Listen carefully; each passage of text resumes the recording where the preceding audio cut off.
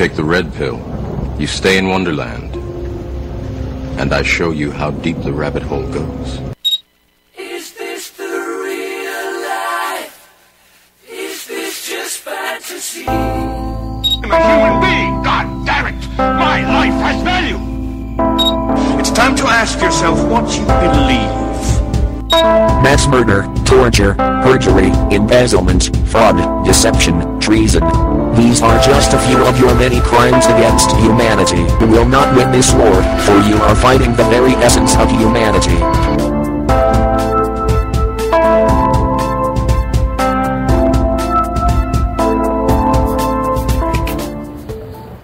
Hi, welcome to Truth or Talk. I'm April Budden. And I'm Virstyne Henry.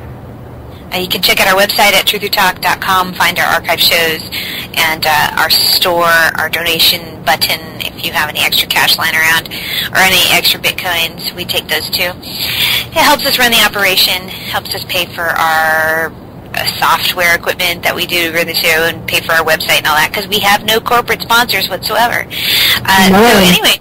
And we're proud of that. We're proud of it. We're proud of that, and we are doing this independently. We are independent, an independent radio show. I mean, I wouldn't call us journalist. Are we journalists? I would say kind of. I mean, I don't necessarily go out and dig up the stories, although I have done that a few times. Yeah, we're interviewers, I'd say. Yeah. We find other people who might be journalists or who've dug up information or done some independent researching, and we bring them on the show. And sometimes other people in the alternative media. But yeah, I would say we just are reporting, and we're doing.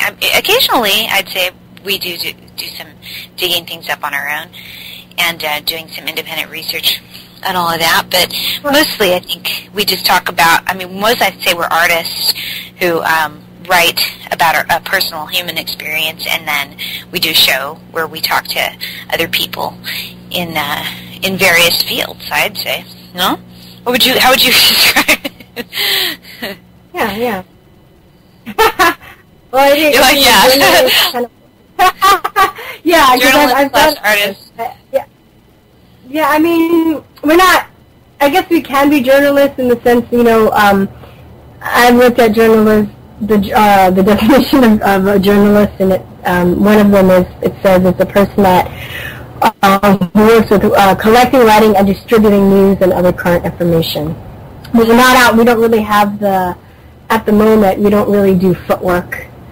Right. But we do a lot of research, and we talk to people. I think talking to people is research. Right, so maybe that we would classify us, because we are independent researchers, no one's paying us, so we're doing this independently, and we are researching and digging up information, and then the people who we interview are a lot of times people who have, we've researched their work, and then they come in to talk about, how they came up with it, or how they found the information that they found. We're no Lions, basically. No.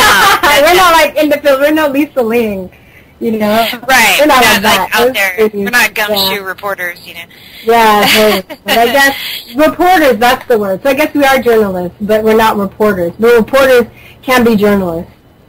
Right. Or, you know what I mean? Because Oprah started her career in journalism, Yeah. And she, I think she was like a reporter for a while, and then she started doing interviews after that, and so yeah.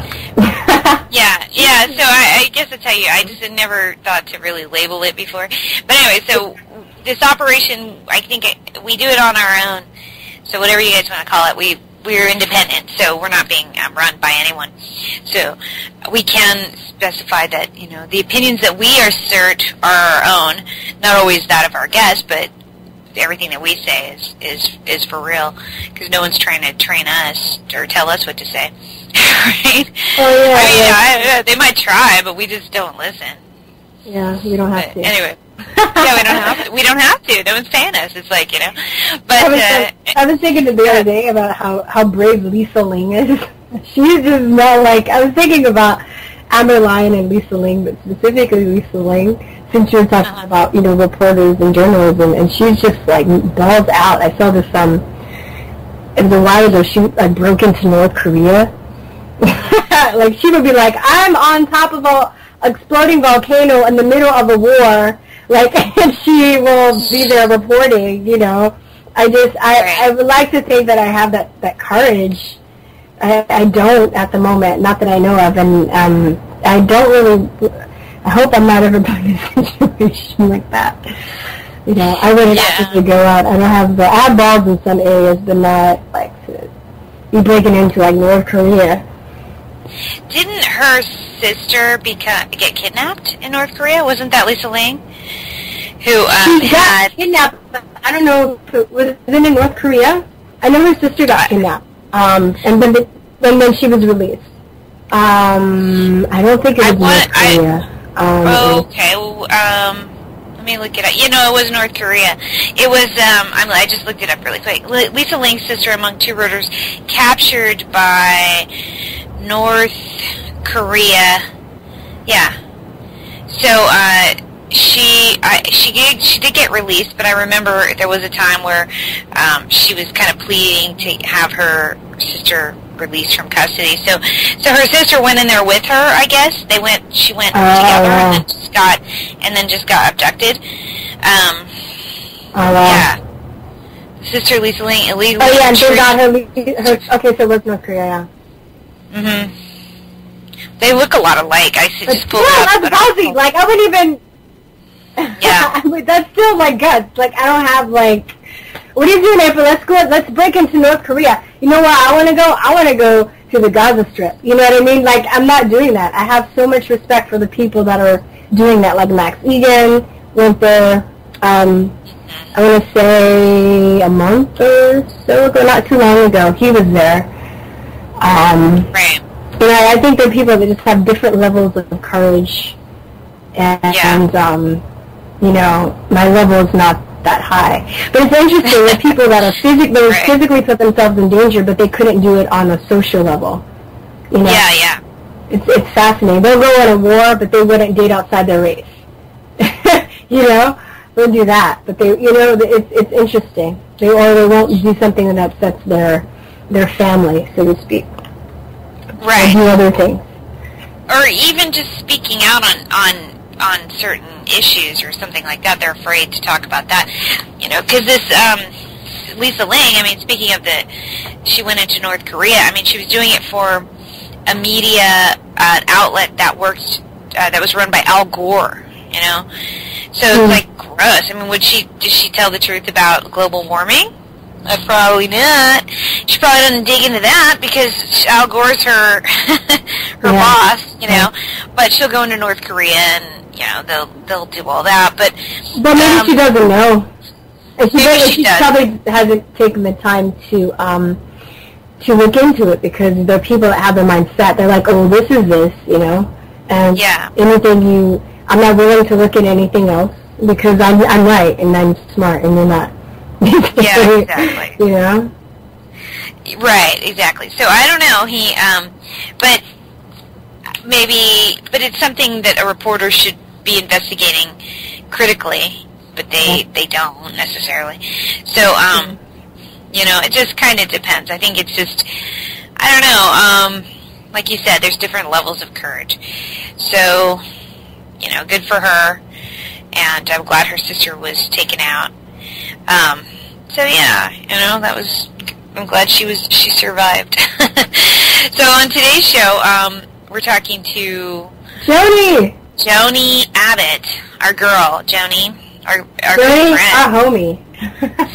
Yeah, she's our girl. She runs a show on Natural News Radio called Homegrown Health, and it's a really good show, and she's got a great radio voice. She's just a good person. She's a sweetheart, lovely lady inside and out, and we just love her, and we're excited to have her on because we had her on once before, and then I had to bail on you guys. You talked to her, but I wasn't there. That's right.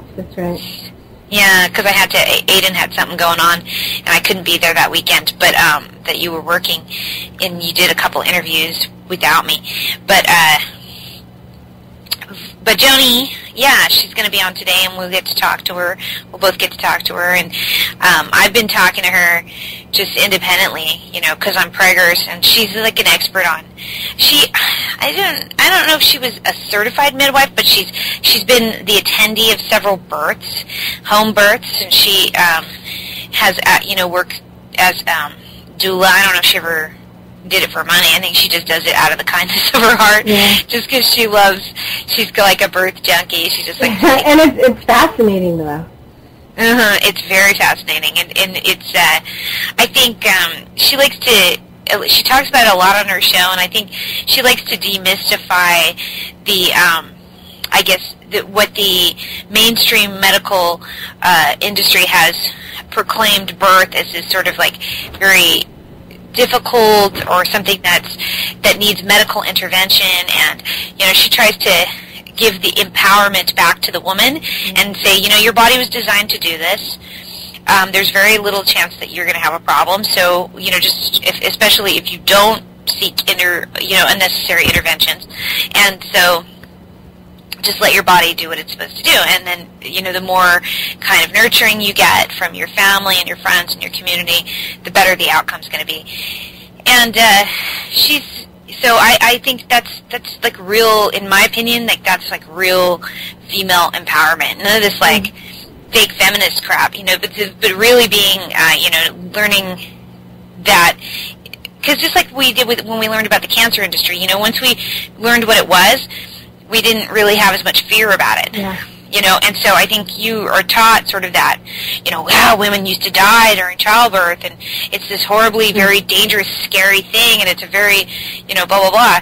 And she's like, well, no, because what do you mean? Like, your body's meant to do that. She has 3 kids, and this is my 3rd. And it's like your body's, designed for it. And it's really not a sickness, It's sort of this medical establishment that has brought in women to give birth in hospitals and be under doctor's care because they just want your money. They want you to be under their control, under their thumb, under their care for things that you might not necessarily need it to be so. And so that's one of her main areas of focus, but she talks about a lot of different things. Just homegrown health is just about how to have a healthy home, how to have a healthy lifestyle, and she's got a lot of followers, and she's got a really great show, and she's just a really good lady. Yeah. So really sweet spirit. Yeah, just a sweetheart. We love Joni. So anyway, but yeah, I like that.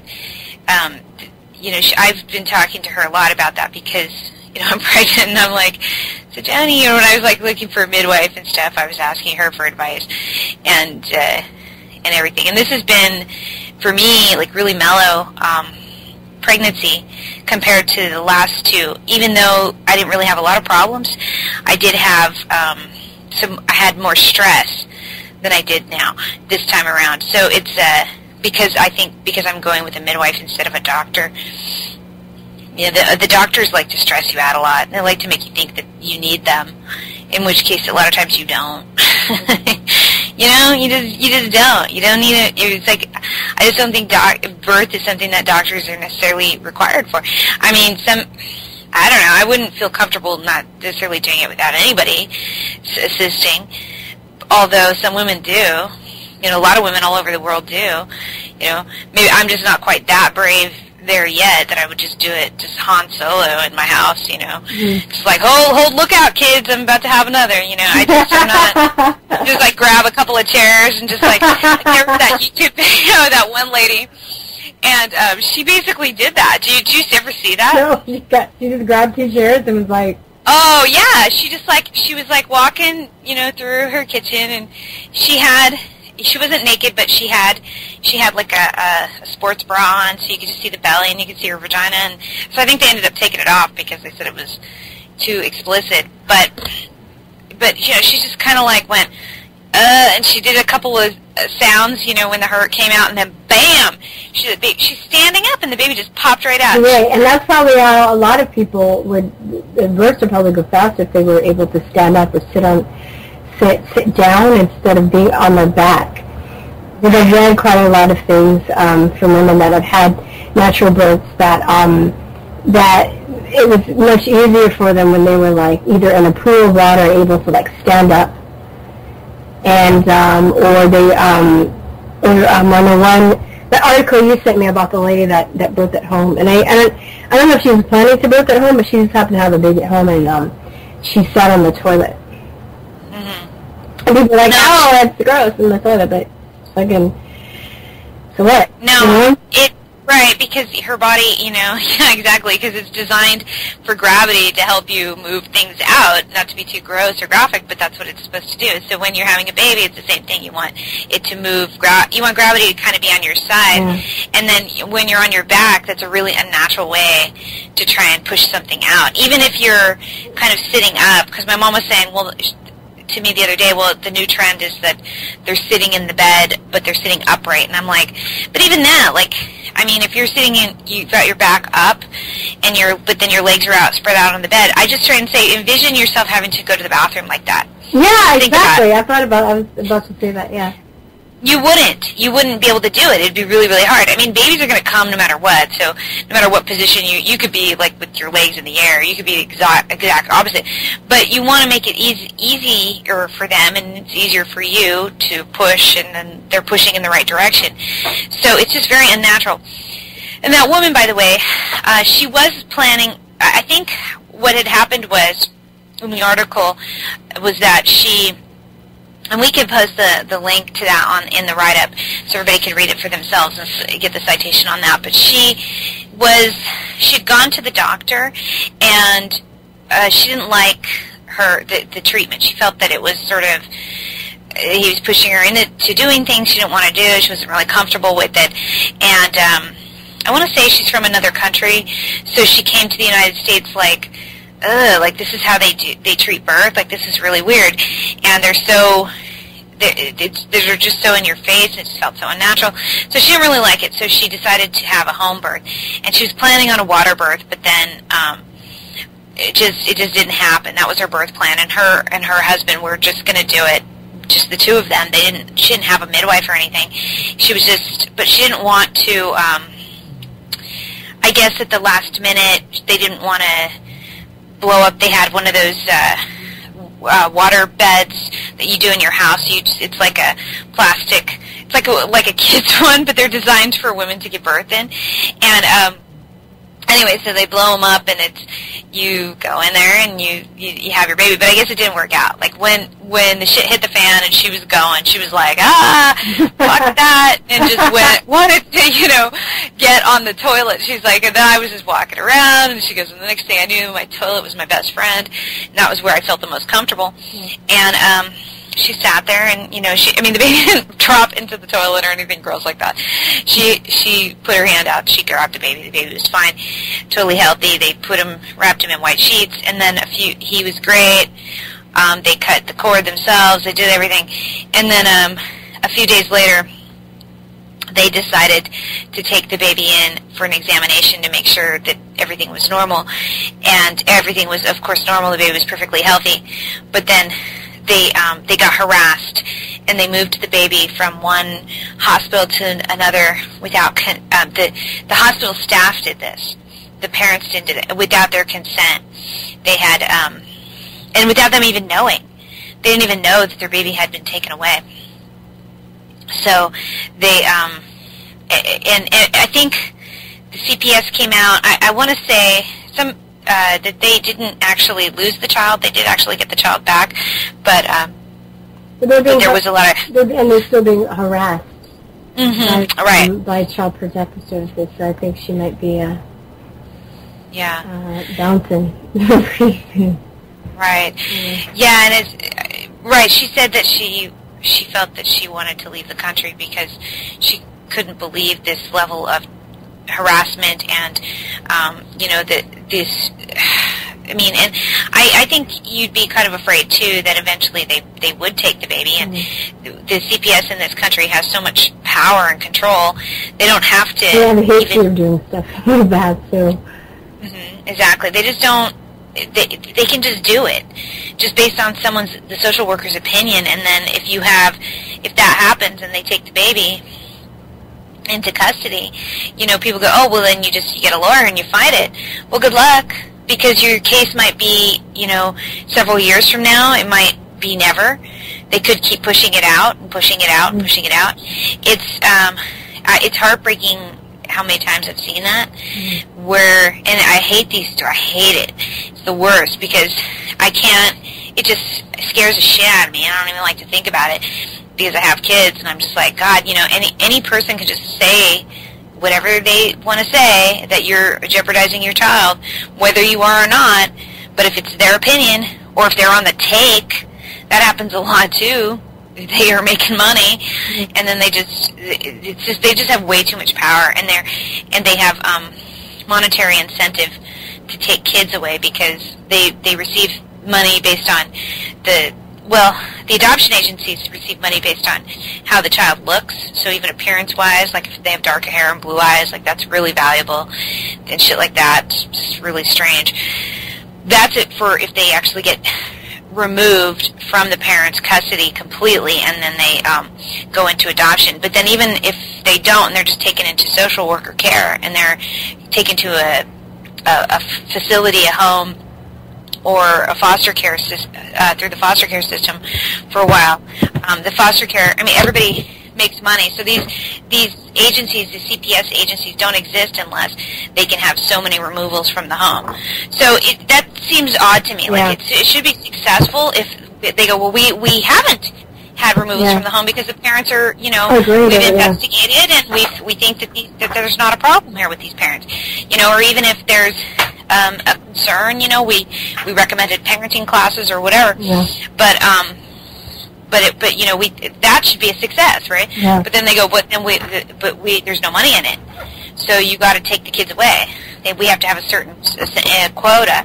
That's how many, and that's sick. Yeah. And then Bill Clinton signed in his legislation, or signed an executive order. He loved executive orders just as much as Obama. They just signed their shit away, and fucking autograph. Exactly. Yeah, just put my stamp there. They don't care. And he something I forget what it was called, but it was basically like you got more money for kids with special needs, and it was an incentive to try and get people who children with special needs into the foster care system. So in other words, like they wanted to make sure that you got a little extra if you had to take care of a kid with special needs, and then if you have to drug them, you get a little more money.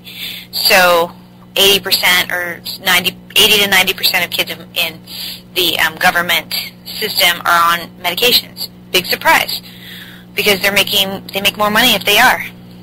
So that's how the system is run. So it's gross. But anyway, but I think we tried to get, didn't we try to get that lady on the show, but we couldn't get in touch with her?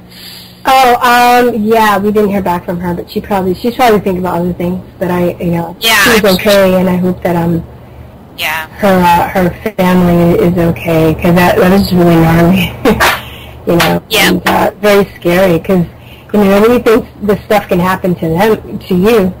But, it can. That's with any of the stuff that we talk about. Nobody thinks that it ever be them. But, who knows? Who knows? It's, true that. And then we have also, there's just a lot of instances where that kind of stuff has occurred, and it's not just from giving birth. But, what's funny about this, or funny, strange, not funny, is that the child was perfectly healthy. So what were they all pissed about? Just mad that she did it on her own. Yeah. How dare you? Exactly. Right. Because I'm telling you, how dare you not need us? Because, and so, because obviously the baby's healthy, so they had no grounds whatsoever. you just went away. And then she said, she knew that if she brought the baby to the hospital, it was going to be like the vitamin K shot and, all the hepatitis B, all the vaccines and everything. All that shit, yeah. Right, and she was like, I don't want any of that shit, and I know if I take them to the hospital, well, if you take them later, they're going to do it anyway, because then they'll just be like, oh, They might even add a little extra. Right, I know, right? Yeah.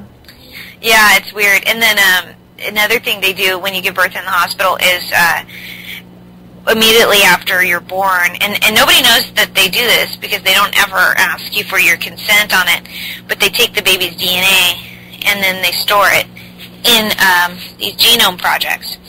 And this is, when I heard about this years ago, I was like, you're like, no way. What? I said crazy science fiction stuff. I did, because I heard about this before I was sort of, before I was a truther. Like, I mean, I guess, or I was kind of awake, but not, I wasn't fully. And eventually, I learned about this. This lady gave a speech at a conference or at a rally, and I went, say what, lady? Like, are you serious? Like, it's, this is for real? And she's like, yeah. And so I went up and talked to her after she gave her talk, and I was like, okay, so what you're telling me that every baby born in a hospital has their DNA taken and stored. I said, how long has this been going on? She said since about 1970s in different states. Some states people have been challenged. Some states have been challenged on it, and they're having to they're having to ask for consent. Others, like your state, California, are actually not, it's a done deal. It's already been signed into law. They can do whatever they want, and you won't even know about it. I was like, what? Huh? Well, and then they take it from the blood, basically. No. Yeah. Oh, it's very easy. Yeah, once you're in the hospital, I mean, they boom, it's done. They do a little prick on the baby's foot, boom, done. And they've got your DNA. And they store it in these genome projects. And that's a true story. That's not a conspiracy theory. That just happens. Anyone can call their I wish I had her website at the top of my head. Maybe we can have her talk next round. That's yeah, we'll have actually, that would be interesting. Yeah. I think, because I remember you telling me that, and I was waiting for you to say psych, but you didn't. Right. So, yeah. So that's something I would actually like to know more about, because that's just, I believe you. I don't think you're crazy. I think that's crazy. You know? Yeah, it is. It is crazy, and it's very like Gattaca, No, because at what point do they take the DNA and then they start to look it in?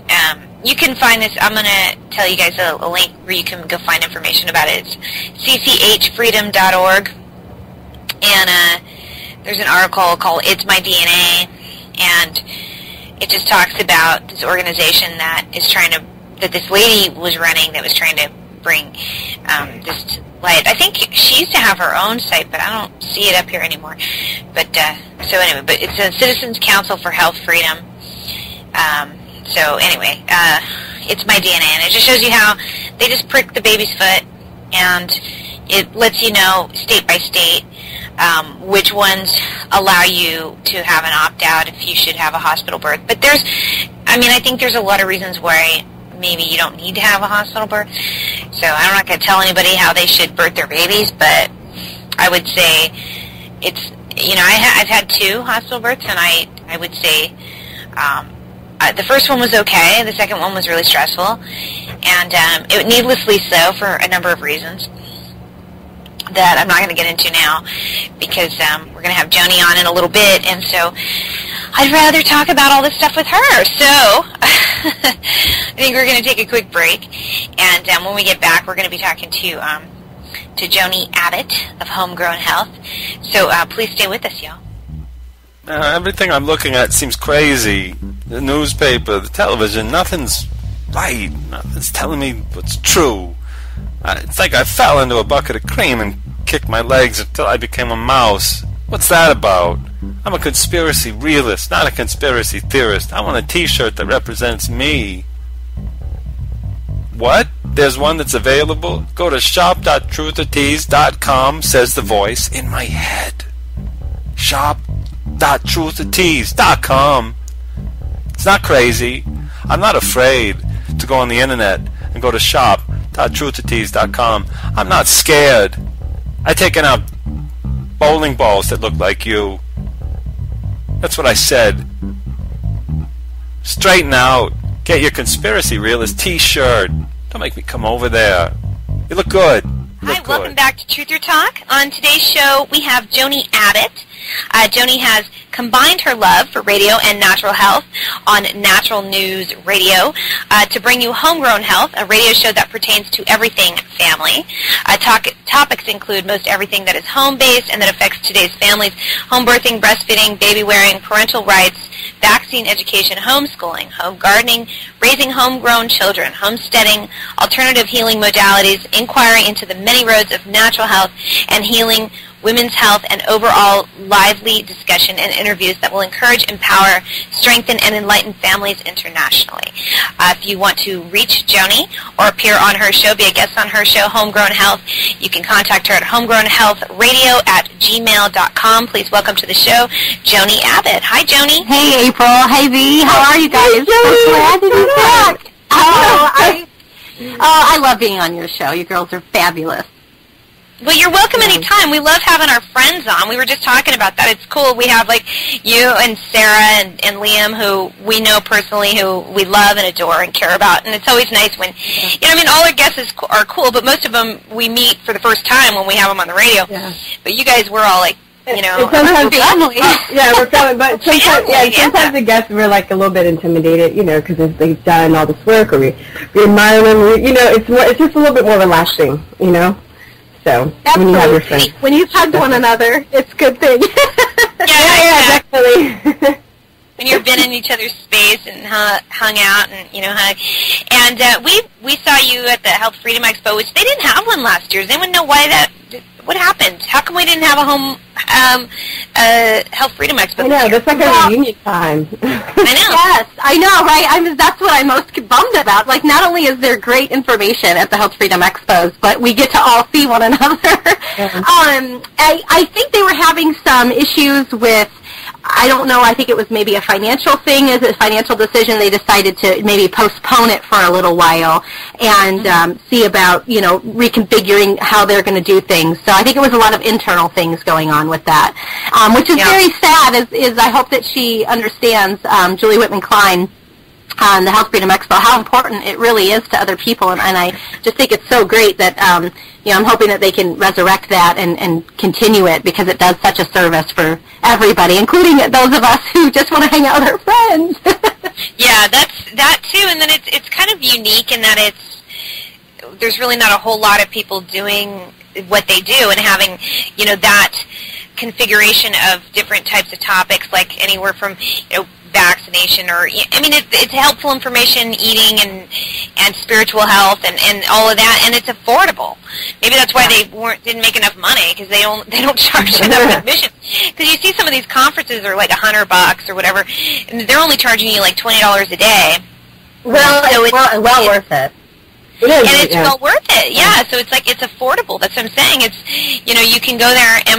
It's accessible to a lot of people who, can't afford $100, $150 weekend conference, And it's maybe they need to find a different venue, a cheaper venue. Who knows, I hope they get it up and going soon, though. Yeah, me too. So because I enjoy going. I've always I've gone ever since, for the last few years. Ever since I first found out about it through our friend Liam, and he asked, when I first met him, and that's where we met in person for the first time, and so it's just a cool place to meet people, and it's very unique in that way. So, anywho, Joni. So go ahead. Oh yeah. So we had you on the show before, and when we had you last time, you started. You talked about how you started on radio. So and your interest in natural health and parenting. So could you just briefly describe to our audience, because we know, but describe to our audience who maybe hasn't heard the show or your other shows in Natural News about like how you got started, your journey to natural health and parenting. Sure. Well, it starts with the fact that I love to talk, and nobody knows that about me. But that's right. Get out of town, lady.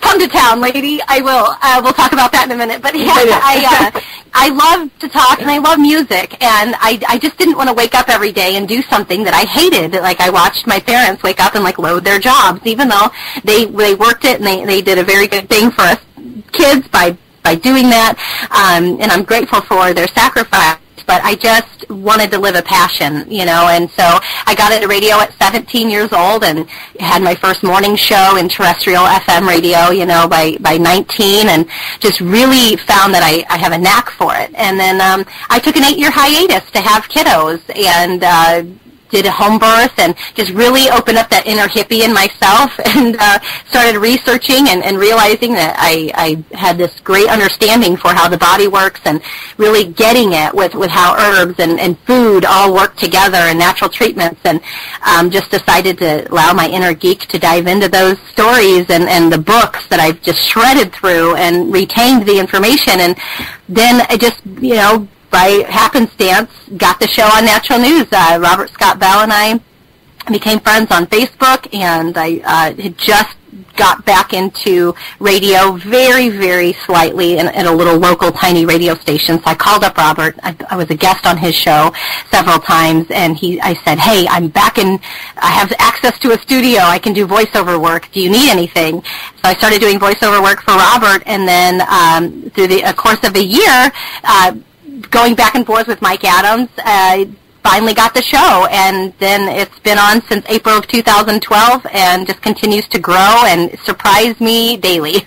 The things that I am getting involved with and the people I get to meet and connect with and the guests that I get to have on and the shows I get to be a part of, like yours. So, Joan, how often does the show run? It's on Mondays and Wednesdays at 5 p.m. Eastern on naturalnewsradio.com. Okay, good. Yeah, because I was looking at your archive shows, and I was like, oh, she's in a lot of shows. Like, how often does this? Yeah, it's been 2 years, and I think we're a little behind you. We've been a little less than 2 years, but we don't do it, 2 times a week. We just do it 1 time a week, and we don't record necessarily new shows every week. But so I was just kind of curious because I was like, man, she's got a lot of stuff out there. Yeah, and a few months ago I had my 100th episode, and I was so excited. They emailed me to say, hey, you've had your... And I'm like, wow, that was huge. But, yeah, it's a huge milestone. I know, that's cool. We're coming up on ours, too. We're excited. Yeah, it's going to be probably... Yeah, we'll have to do a big thing, but we don't know what yet, and it's probably going to be on the other end of my maternity leave because, as I mentioned before, I'm having a baby. And and so we'll be taking some time off from doing news shows, and so we're thinking it's probably going to be on the other end of it when we come back to work. But so speaking of that, you have 3 kids. Right before we did the show, we were talking a little bit about birthing in our experiences that we had birthing in the hospital. So, you didn't have all your kids at home. You did have. So, when did you decide to start having a home birth? After my first hospital experience, that was enough for me. One hospital birth. For you. And that was it. Yeah, so I knew that I wanted to have a natural birth. And this was the reason. I'd never had a surgery before, and I'd never had an ounce of anesthesia in my body. And I thought, what a terrible time to figure out that I would be allergic to something. What a horrible moment to figure out that, like, I might have some kind of reaction or something. So instinctively, my body was like, no, you're not doing it, because I went into protect me and the baby mode while I was pregnant. So I just set myself in my mind. I set my mind on the fact that, like, nope, you're not going to do this with drugs. So it was never an option for me. It just, in my head, I just didn't even allow that to be an option. It just sounded way too painful, and the idea of, like, needles and spines and contractions, there was just way too much going on there, So, isn't that needle like a foot long, too? Oh, it's so big. Yeah. I can't imagine. So yeah, I just was like, that's it. I'm doing a natural birth, so get used to it, body. And at the job that I worked at, the doctor, thankfully, she said, you're not like all the other pregnant girls that come through here. She said, neither was one of my previous employees, and she left this book behind. I think it might be interesting for you to read it. I think it's right up your alley. And it was called The Baby Book, and it was written by Dr. William Sears and his wife Martha. And those are the parents of the attachment parenting movement as we know it today. Obviously, like history and cultures and anthropology teaches us that attachment parenting is actually kind of a more natural how they parented kids before we had all these great inventions to tell us how to do so otherwise. But yeah, so it's really just about connecting with your natural self and really tuning into the core of who you are. And it almost is like a manual on having to retrain yourself to get out of the modern world and back into what is natural as a parent and as a mother and as and like a baby's needs, because the world has shifted our viewpoint of what is normal and natural with cribs and strollers and baby monitors and all these technological advances. Like, how did people parent when they were like hunter-gatherers? Right. Yeah. We did an interview with this guy called named Chris Work, and I saw him on Wiki. Oh, I love Chris. Chris Work. Yeah. I know. He was talking about his journey. Yeah, he's a wonderful guy. Yeah. So he was talking about his journey with cancer on Wiki Lake, and how when he decided to go natural, he had all of this resistance, and then Wiki Lake was saying, well, I even though I haven't had cancer, I felt the same way. When I decided I kind of met the same type of resistance when I decided to do my own natural birth. And I was just wondering, what kind of resistance did you encounter, or did you encounter any? Maybe you were super lucky. I don't know.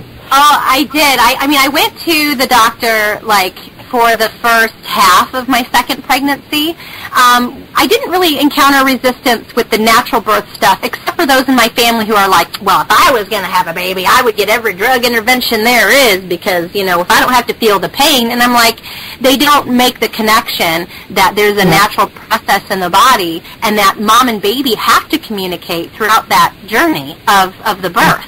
And when that communication gets disturbed or interrupted chemically, then they're not, it's like things aren't firing the way they're supposed to. And then baby's not connecting with mom. There's a whole emotional, hormonal exchange going on through the process.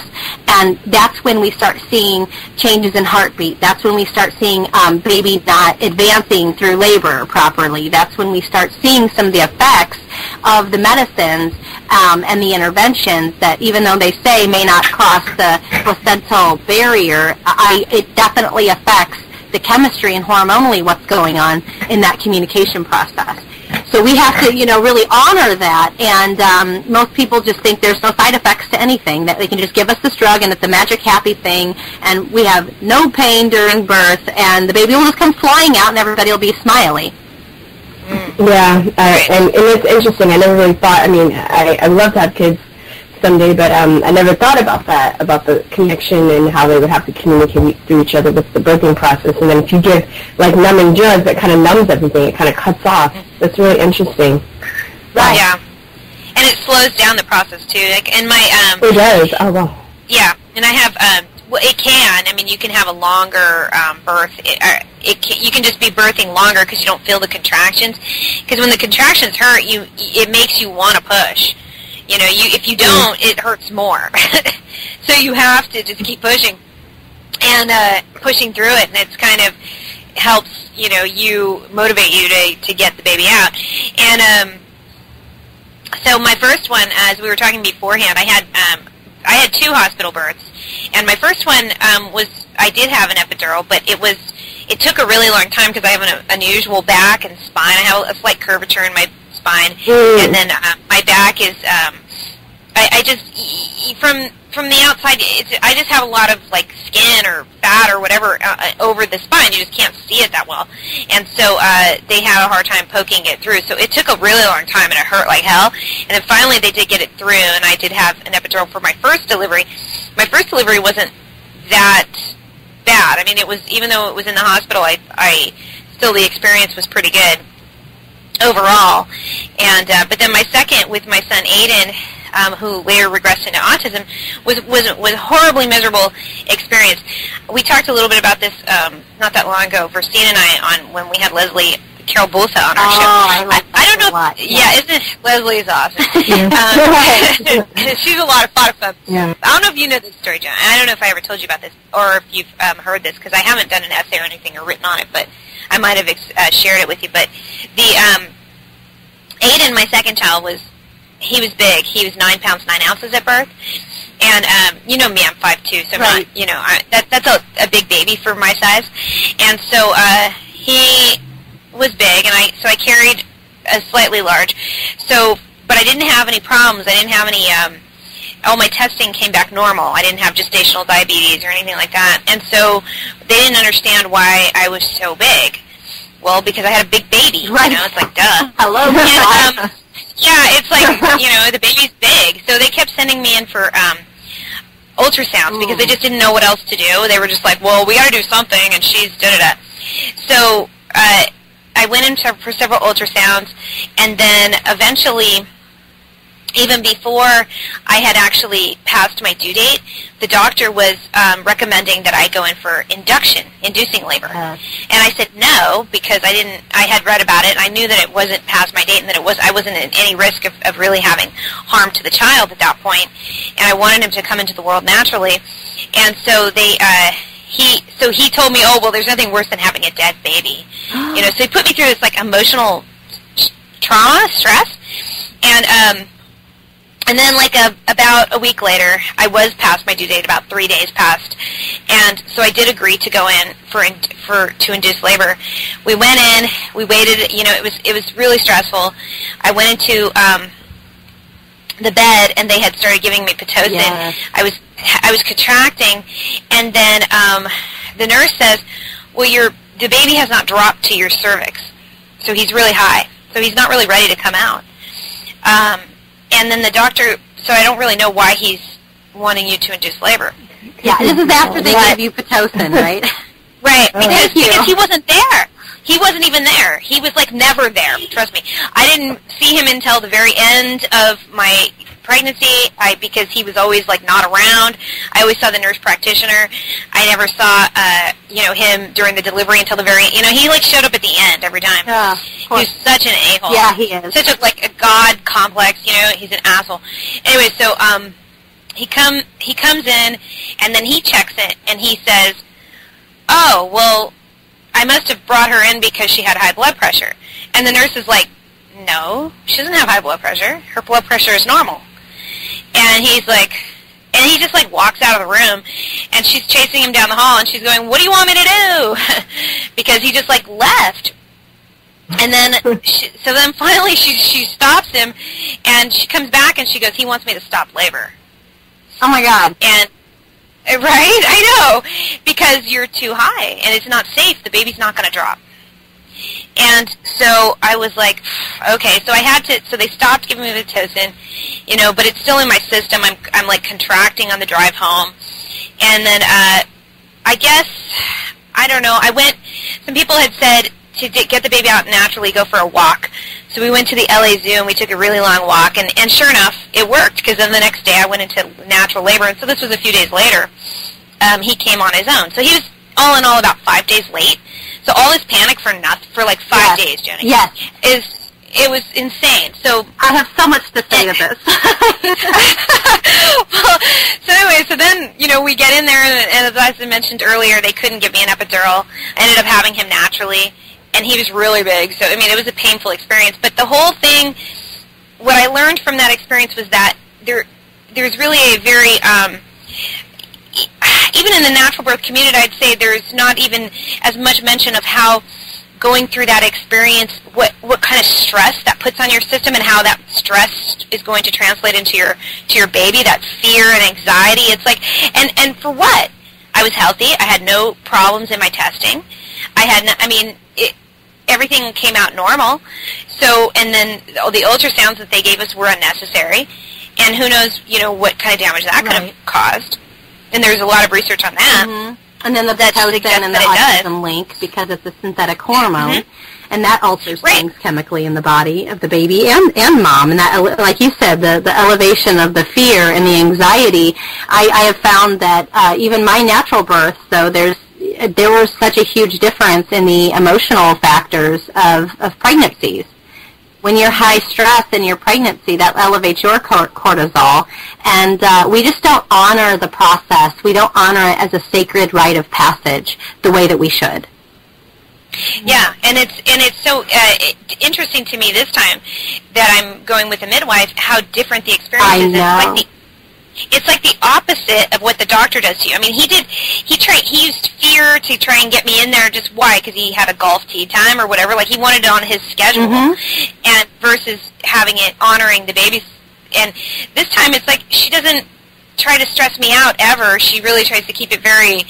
She recognizes how important it is that I'm not stressed, and as a result, I'm not stressed. And it's like my life has just been very.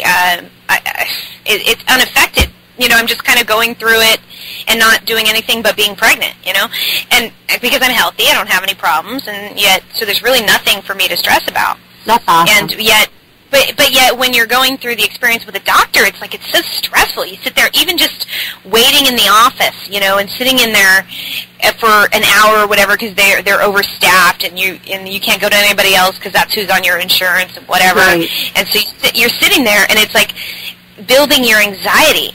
I think there's so much to that because I just don't feel that this time around. I'm just kind of like, oh wow, I'm already 7.5 months. Cool, it just it's so mellow compared to before. I just don't. It's so different, and it's like even they go in and you weigh yourself, and that's always like, oh, they're gonna give me a hard time. I used to stand on the scale backwards. I wouldn't even look. Oh.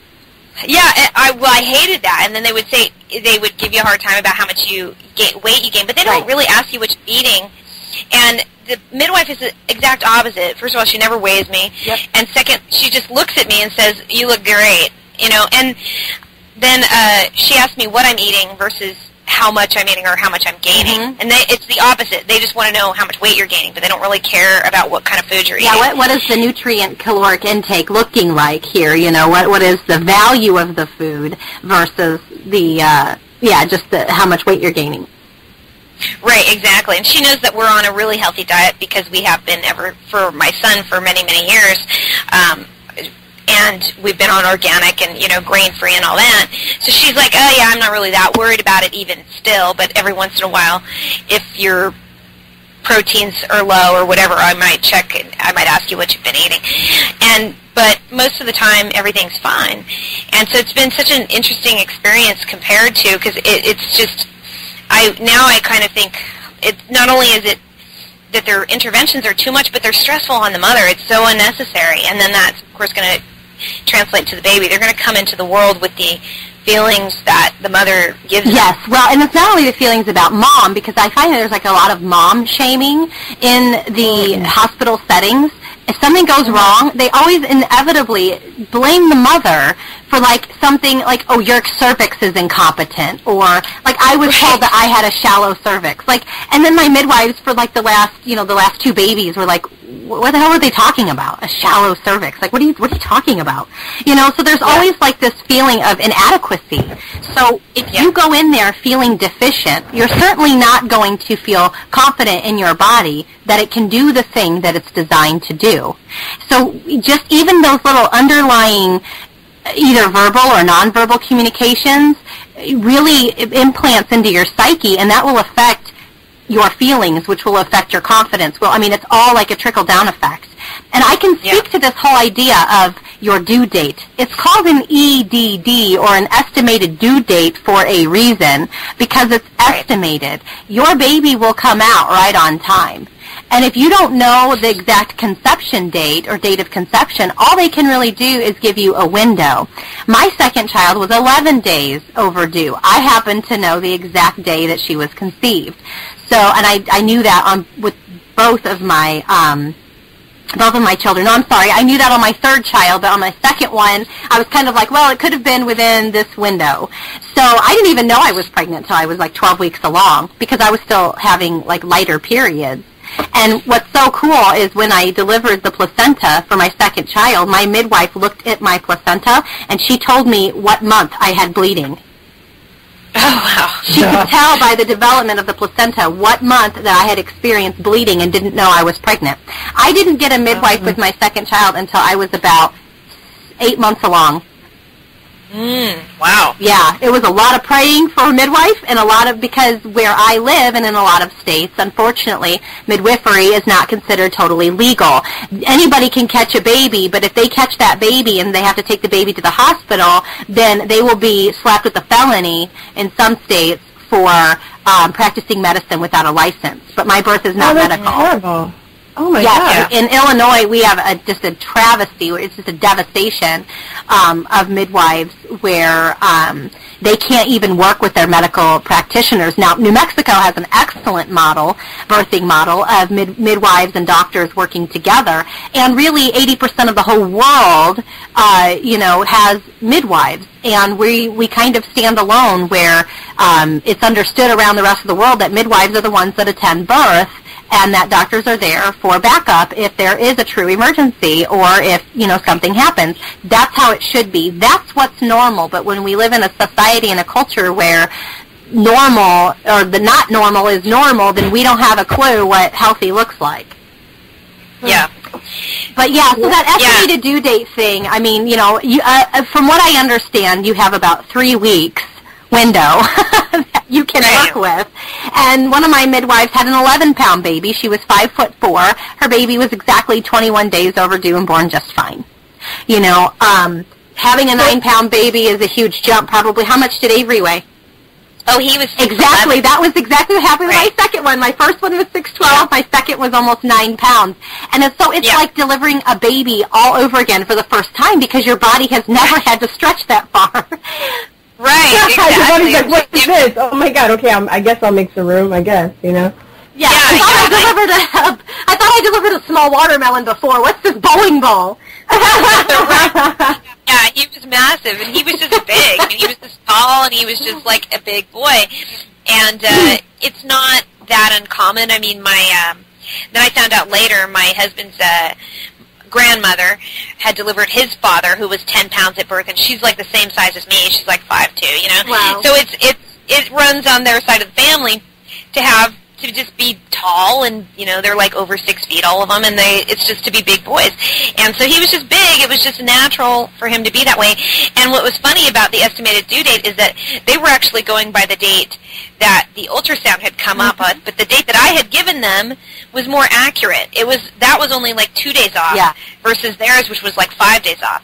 So it's not even necessary when they do these ultrasounds. Like, I didn't have an ultrasound this time. I said nothing. I mean, my midwife, she laughs because I'm so easy.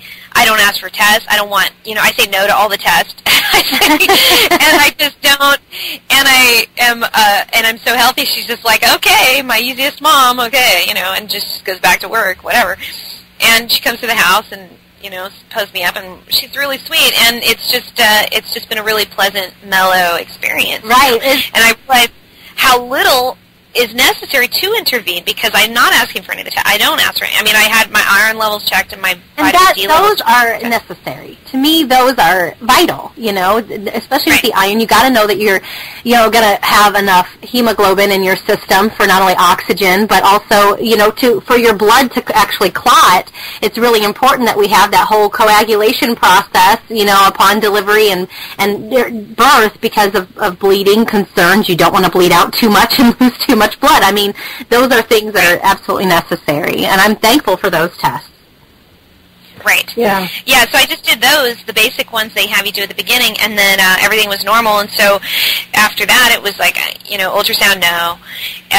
The diabetes test, no. Why? I'm not overweight. I'm not, there's no reason. I just don't feel that, and I haven't had it in the past, and it's just a hassle. They make you go and have this drink. You have to wait an hour. It's just like, you have to have this orange soda. And it's high fructose corn syrup. Wait, you have to have the orange soda? No. Mm-hmm. Well, no, it depends on what you want to do. I mean, I stopped doing that after the first one. I stopped. There are other markers to tell whether or not you have like gestational diabetes, but it's so prevalent in our culture now, they automatically test for it. But right. Saying they give you an orange soda. I'm just confused about that. You said something about the orange soda. Yeah. They have to raise your blood sugar somehow. Can't they use orange juice? Why do they give you orange soda? They give you it's like a syrup. It's like an orange syrup that tastes kind of soda-y. Yeah. And what can't they do that with the orange juice? I'm just thinking that's so bad. I don't think it's concentrated enough. That's how much you're pouring into your system. Okay. It's gross. It's gross. And I think completely unnecessary. Yeah. She said there was another way we could do it, and I was like, but really though, it's kind of a hassle, and am I going to have to pay for it? My insurance, whatever. I just I don't need it. I had it done with both the two kids. I didn't have it those times. I'm even healthier this time. I don't need it. Right. And so it's just, I'm not going to do it because I just don't even want the hassle.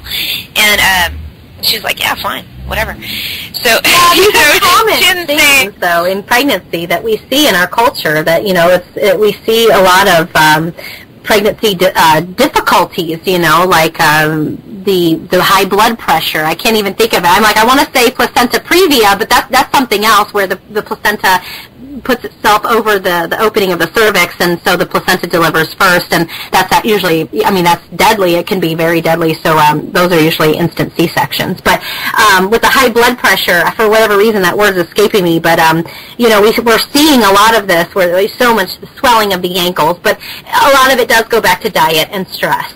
And if we can really have great prenatal care and people really understand what that means. We're not trying to work 40 to 50 hours a week while you're pregnant, things like that.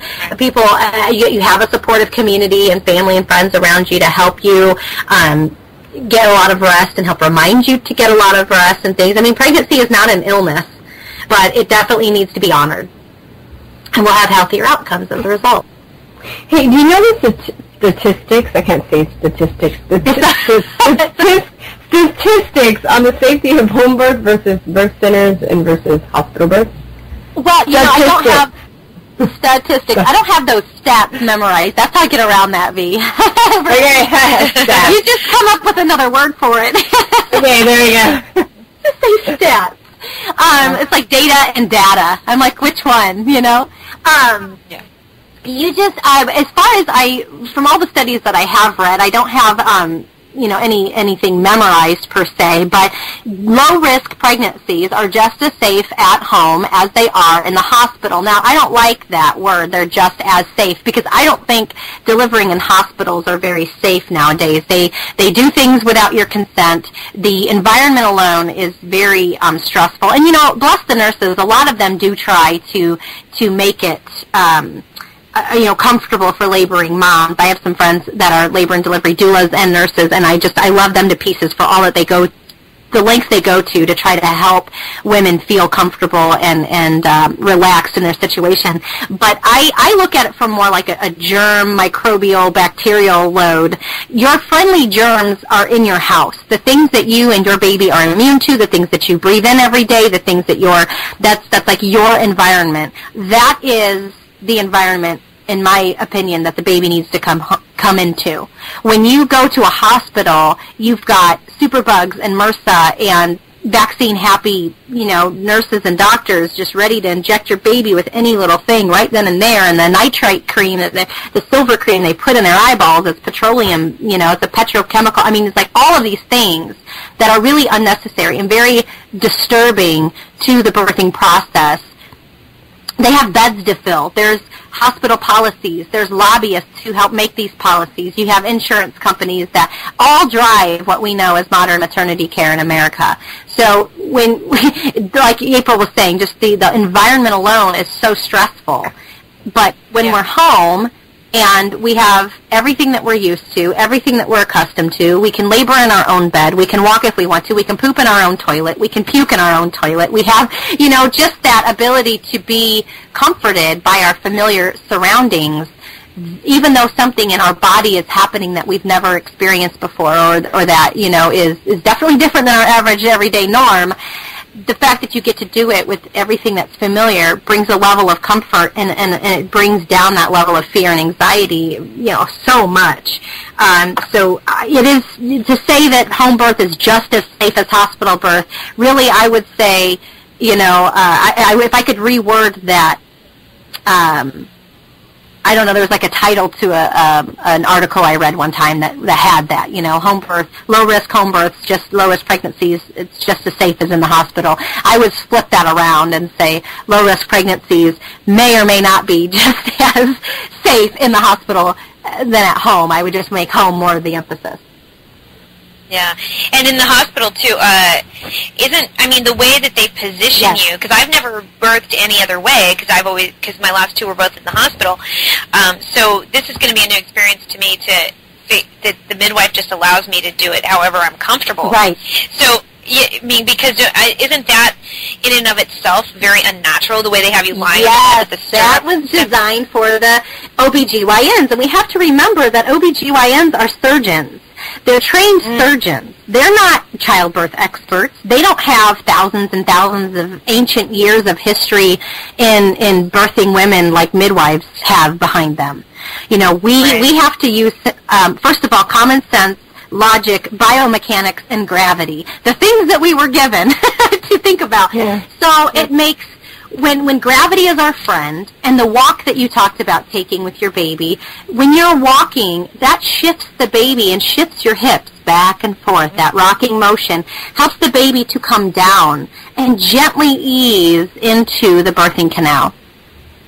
When you're on your back in a horizontal position and not a vertical position, how can you expect something to come down and out when you really are expecting it to shoot like sideways out, Right. Like, yeah. So let's use gravity as our friend, except for after we have babies and our boobs start to sag. We'll talk about that. Right. Hello, I just... Did I get a little anti-gravity action for, some of it? Yes, let's reverse the process now. You'll find out gravity once you stand up after you have the baby, right? Remember, all that extra skin just goes clunk, and you're just like, which is why belly binding is so important, and I'll talk with you about that, too, because I want to make sure that you have that knowledge behind you when you have the baby, so you have the best chance at healing in your abdominals. It's something I didn't know, and I'm still dealing with, that whole separated muscle called diastasis recti. But, so these midwives, we all know that, like, the squatting position is one of the best ways to give birth, because mom is supported, either by beds and chairs or pillows or people, and it's the most, it's the best way to, like, open up your pelvic region. The baby's not as likely to get stuck on your pelvic bones when you're in that squatting position. Another great position is hands and knees. And that's how I delivered my third child at home, because I had the children in the room with me, and I certainly didn't want a birthing vagina to be their first introduction to what an adult woman's anatomy looks like. I thought, I don't want to scare my children into being like, oh dear God, what is that? I didn't want them to think that that's what it's supposed to look like, Yeah. So, look on their faces. It must be them watching that, because with exactly. the mouth hanging open, their eyes all big. It's kind of scary enough when mom's on her hands and knees rocking back and forth, kind of sounding like anything between a car horn and a cow, you know? Like, the next minute. And, that stuff, like, that will burn in their psyche forever. Those are, like, forever memories for the kids, young memories. Right. The last thing I wanted them to do was have the visual thing to further have them remember what it is. But I've changed even so much from that point of view. I would probably be more willing now if I don't think I'll be having any more children, but if, something happened and it did, then I would probably be more inclined to have them experience the whole thing now, versus trying to hide or shelter them in some kind of way. I don't know. That's how I felt comfortable doing it at the time, and I guess I just went with it. And that's what that whole thing's about, is what your comfort level is. But the biomechanics and the gravity, it just works so well in getting the baby out. And doctors don't want to be under the table You know, like my midwives, they delivered a baby. I asked them, where's the weirdest place you ever delivered a baby? They said, under the kitchen table. Mom was like kind of crawling around on her hands and knees because it felt comfortable and rocking her hips back and forth. And then the baby came right where she wanted. She just stopped and like, I'm having a baby right here. And they're like, we were under the table with all of our equipment, our flashlights, everything. But that's what was most comfortable for Mom. So OBGYNs are surgeons, and they have to, in the clinical setting, have everything set up that is most comfortable and available for them. And in all of our media, and as women, all of our influences and all of our insights, all we have ever known or seen is that you go to the hospital to have a baby, and you're in stirrups. Yeah. And then the baby gets stuck because you're not in the right position.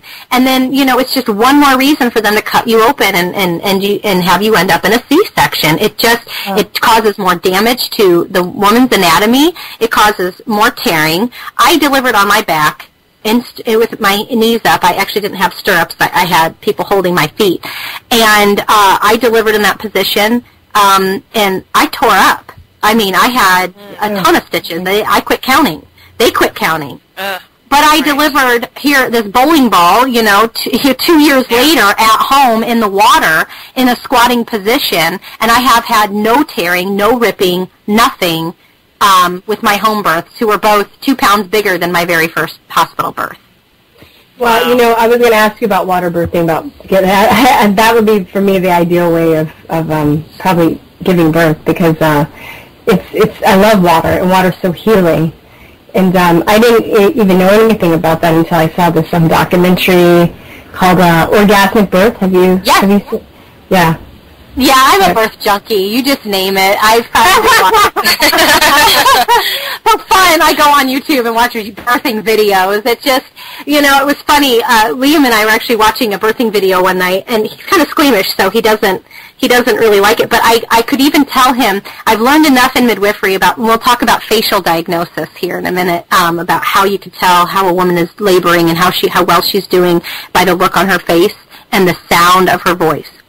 And I learned this through Ina May Gaskin, and if you ever get a chance to read a book called Spiritual Midwifery, it's absolutely fantastic. Ina May was in the 70s one of the some of the original, like, who helped to really bring a lot of awareness to midwifery as not only a profession, but also as a right for women to be able to birth how we choose, how we feel comfortable, how according to an honoring way, and honoring our tribal nature, and honoring what we are and who we are as women, that it's our right. It's not a medical procedure, but that, you know, it is absolutely an uneventful event, really, when you start to think about the history of the world and how many people have been born. Like, you know, like all of our presidents, I think up into Jimmy Carter were all home birthed or homeschooled or something like that. There were like all these great statistics out there about all of our presidents. But where was I? Oh, spiritual. We were watching this video, and I said, when she gets high pitched like that, you're going to start to see blood. And then, sure enough, there was blood, and that's when she was ripping and tearing. But orgasmic birth, yes, I love it, and it is absolutely possible. I personally have not experienced it, but I wouldn't be opposed to experiencing it, maybe just without the birth part. So there's no surefire way. It's still just kind of like a luck thing, maybe. There's no surefire way of, like... Right. Darn. Of having an orgasm during birth. Yeah, that would be amazing. Are you kidding me? Yeah. Well, April, right, you haven't had the baby yet. What if you have an orgasmic birth? Yeah, well, I mean, you know, that could happen, and we'll see. Bring it on! You know, I'm not... Yeah, bring it on. I mean, if it happens, I'll go with it, you know, because it's certainly better than hurting, and it would it would sort of distract you from the pain a little bit, I think, you know. Yeah. But, I mean, I don't know how much this one's going to hurt either, because I've only experienced it on the bed in the stirrups, and, you know, I did tear a little bit with the first one, but the second one I didn't, actually, miraculously. I don't know, he was huge, and I was in the total. But, I mean, I liken it to, like, you would never go to the bathroom lying down on a bed. Right. You know what I mean? Like, try to poop on your back.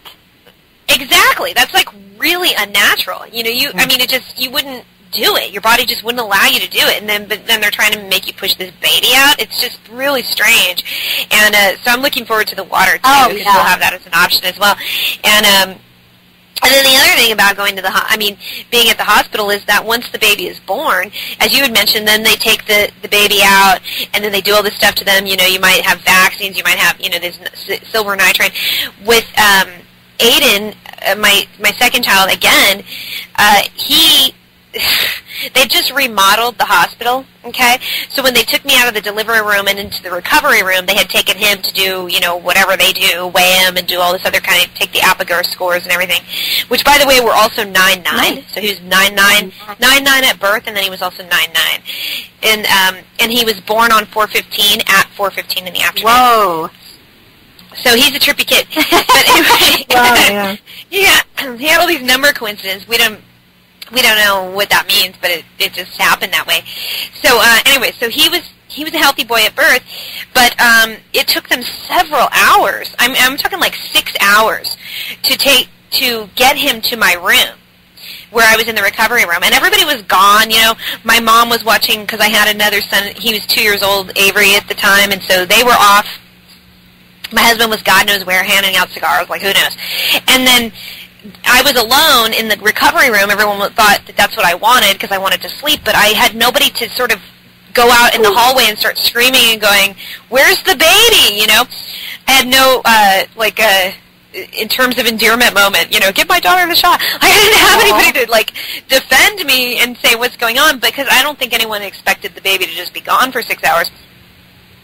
And so anyway, so they came up, and finally, I kept calling and calling and calling. Where is he? Where is he? And then finally, when they brought him up, the nurse tells me, well, we had to give him a little formula because he was we tested his blood sugar, and his blood sugar was low. Well, no shit, Sherlock. So, he just got done traveling through the vaginal birth canal and like expending all of his energy. I am so sorry. That just pisses me off. Yeah. Well, Joni, check this out. It was a lie, because we actually ended up, like, later on, when everybody was back in the room, my husband was looking at the medical chart, and he goes, it doesn't say that at all. You know what it said? They couldn't find me, because they had remodeled the hospital, and they didn't know what room I was in. Oh, my gosh. So they couldn't find me, so he started getting hungry, so they just fed him. So they interrupted the breastfeeding relationship. They interrupted the microbes that the baby needed from skin-to-skin contact with you in order to get his immune system. And we could talk about the microbial effect of, you know, in the ecosystem from the vaginal microbiome and how that builds up the child's immune system upon birth. I mean, they've interrupted this whole entire process. I'm sorry, April. I know, it was awful. And, you know, I mean, fortunately, he did latch on. He did nurse for 2 years. He, oh, good. You know, he was a healthy, he were nursed for 2 years. He was a healthy breastfeeder. Good. So I will say that, you know, they didn't prevent that. Because I was worried. I had always, with my first one, you know, that didn't happen. They brought him to me right away. I nursed him even before he left the room, you know, before we left the delivery room. And so I got to do that even before he had walked out. But then with Aiden, they just took him, they swept him around. I don't know what was going on, because you're not in the position at that moment after you've just given birth to kind of question what's going on. Right. You're so exhausted. Vulnerable. Right. You have to have advocates and people around you who can speak up for what you want as mom with the baby, because they know this. Doctors and hospitals, they know this. This was all part of the plan back in the early 1900s when they started the smear campaign on midwives. They know that a woman's vulnerability in those moments, this is why they try to get you to consent to an epidural in the middle of labor. Like, you're not thinking clearly. You're not thinking about anything, but focusing on your body, what it's doing, and getting the baby here safely. That is your mode. Exactly. And any time they try to infiltrate that is a serious form of manipulation. Right. And speaking of that, you know, there was that story about the Pennsylvania woman who birthed at home, and then she took her baby to the hospital for the checkup, where they harassed her, and she knew, and she had avoided it because she knew they were going to give them vaccines and all that, but then they harassed her, and they called CPS on her. But the baby was fine. Yeah. It was totally healthy. So it's like there are all these unnecessary interventions, not only during your birth process, but then after the baby is born. And, you know, like in our case, they gave him formula for no reason. I don't think he was vaccinated in the hospital. He wasn't. He didn't get the Hep B or the vitamin K, because that's usually what they give the babies right away. They put the silver cream in their eyeballs. Upon coming out, they give them a vitamin K and the Hep B. I was not even told that my daughter was given those. Like, they whisk the baby away, and they're stitching you and tending to you, waiting for the placenta to be delivered. Meanwhile, I don't know what the hell they're doing with my kid. Yeah, they didn't do those. They did those. I like to, but I mean, they don't even tell you. It's like it's such a horrible. I mean, like you're saying, it's a deceptive way to say just as safe as a home birth, because I feel far more safe not going to the hospital this time. Like, I'm terrified to go to the hospital. Well, you know, that's scary to me. Yeah, well, it is, and plus, if they're not going to honor, to me, and this goes into like the whole medical matrix thing. If they're not going to honor the humanness of humans, Joel Salatin said it best in Food Inc. when he was talking about raising his pigs. He said you have to honor the pigness of the pigs. Well, animals get treated better than birthing and laboring women do. Because even veterinarians and farmers know not to disturb a laboring animal. Even they know to keep the lights low and to keep them calm and be quiet and loving and calm and not let a lot of people come in. And they, you know, I mean, the babies get to be delivered, the mammal eats the placenta, you know, the babies get to nurse interrupted for the first several, you know, it should be, you know, days, but even veterinarians know that these, you know, that you don't vaccinate any kind of puppy or animal within the first how many ever weeks. The colostrum is what helps build the immune system, and so does the birthing process. What is going on when farm animals get treated more humanely than laboring women, and then we're expected to function in society like we're happy and healthy and everything's okay? What happens after the delivery, during the delivery process, after the delivery, that it's so transformative. It's such a spiritual rite of passage. But when that gets interrupted with thoughtlessness and interventions that are unnecessary, I'm not talking about necessary, true medical emergencies. I'm talking about unnecessary money-making policy schemes. You know, that burns into our psyche, and that affects how a woman sees herself, that affects how she sees her family, that affects how she views the world. It's traumatizing. Yeah. I am a part of a birth trauma group. You would not believe some of these stories. Birth rape is very real. Birth rape, you know, you should never, no doctor, no nurse, no intern should ever come in with a glove and be shoving fingers and lights in places without the permission of a woman. Right. It's not permissible in any other way. It shouldn't be permissible just because we're at a place called a hospital. Do you think that birth trauma leads or can lead to postpartum depression? 100 absolute percent. Yeah, we have more women walking around with PTSD because of their birthing experiences, being told to just suck it up and get over it, when really, like, I still bawl. I still cry because my postpartum experiences, because I didn't have help, because my husband at the time left me. Like, he would just leave. I would be there with 3 kids, a newborn, a 2-year-old, and a 5-year-old, and I had no help. And I'm passing blood clots the size of, like, small tennis balls. And I'm sitting here like, what if I die? Out on this earth with nobody around me, I die. My kids would starve. Nobody would know. And it just scared me. And I still have a very hard time talking about it, because it did something to me. The world became a very different place for me when I wasn't valued and my children and I weren't valued enough to be seen as precious enough to be worth protecting or caring for or being there for. It's like the worst feeling. So yeah, it still really hits home. We have a lot of women walking around with trauma and PTSD as a result of their births, and when they really start to talk about it, I have some friends that can't even talk about their birth. And even though it may have been a natural birth in a hospital, everybody says, oh, well, you know, you just have to focus on the fact that the baby is fine and healthy, and really, what's your complaint? And you're just like, one of my friends who experienced emergency C-sections that weren't really emergencies. Your body's traumatically cut open, and this baby is yanked out of you, not even going through the natural processes that it's supposed to go through, and somehow you're just expected to suck it up. And act like everything's okay, but you're not. Oh my God, my cousin had a C-section, and she was telling me, like, I never really thought about it, you know, but yeah, anyway, she was saying that, when she had her C-section, they cut her open and they had to take her intestines out. They took her intestines out, they flop and them just put it on the side. Yeah, they just put it, like, threw them on the side, and then, like, she was like, I was over. She was just like, I was chewed through. And then they just cut the baby up and put it back, and they just throw the intestines back in there. And it's funny. It's funny because one of my guy friends and I were talking about it, and I was telling him about my cousin's experience, and he was like, wait, they don't, like, fold the intestines, like, gently? I'm like, no, they don't care. Exactly. Right. Well, and you know, there was a postpartum mom, and she's still in, you know, this trauma. We have a group that meets for women with traumatic birth, and it's called Mothers Matter. And her C-section was like 4 or 5 years ago, and she's gone on to have another baby.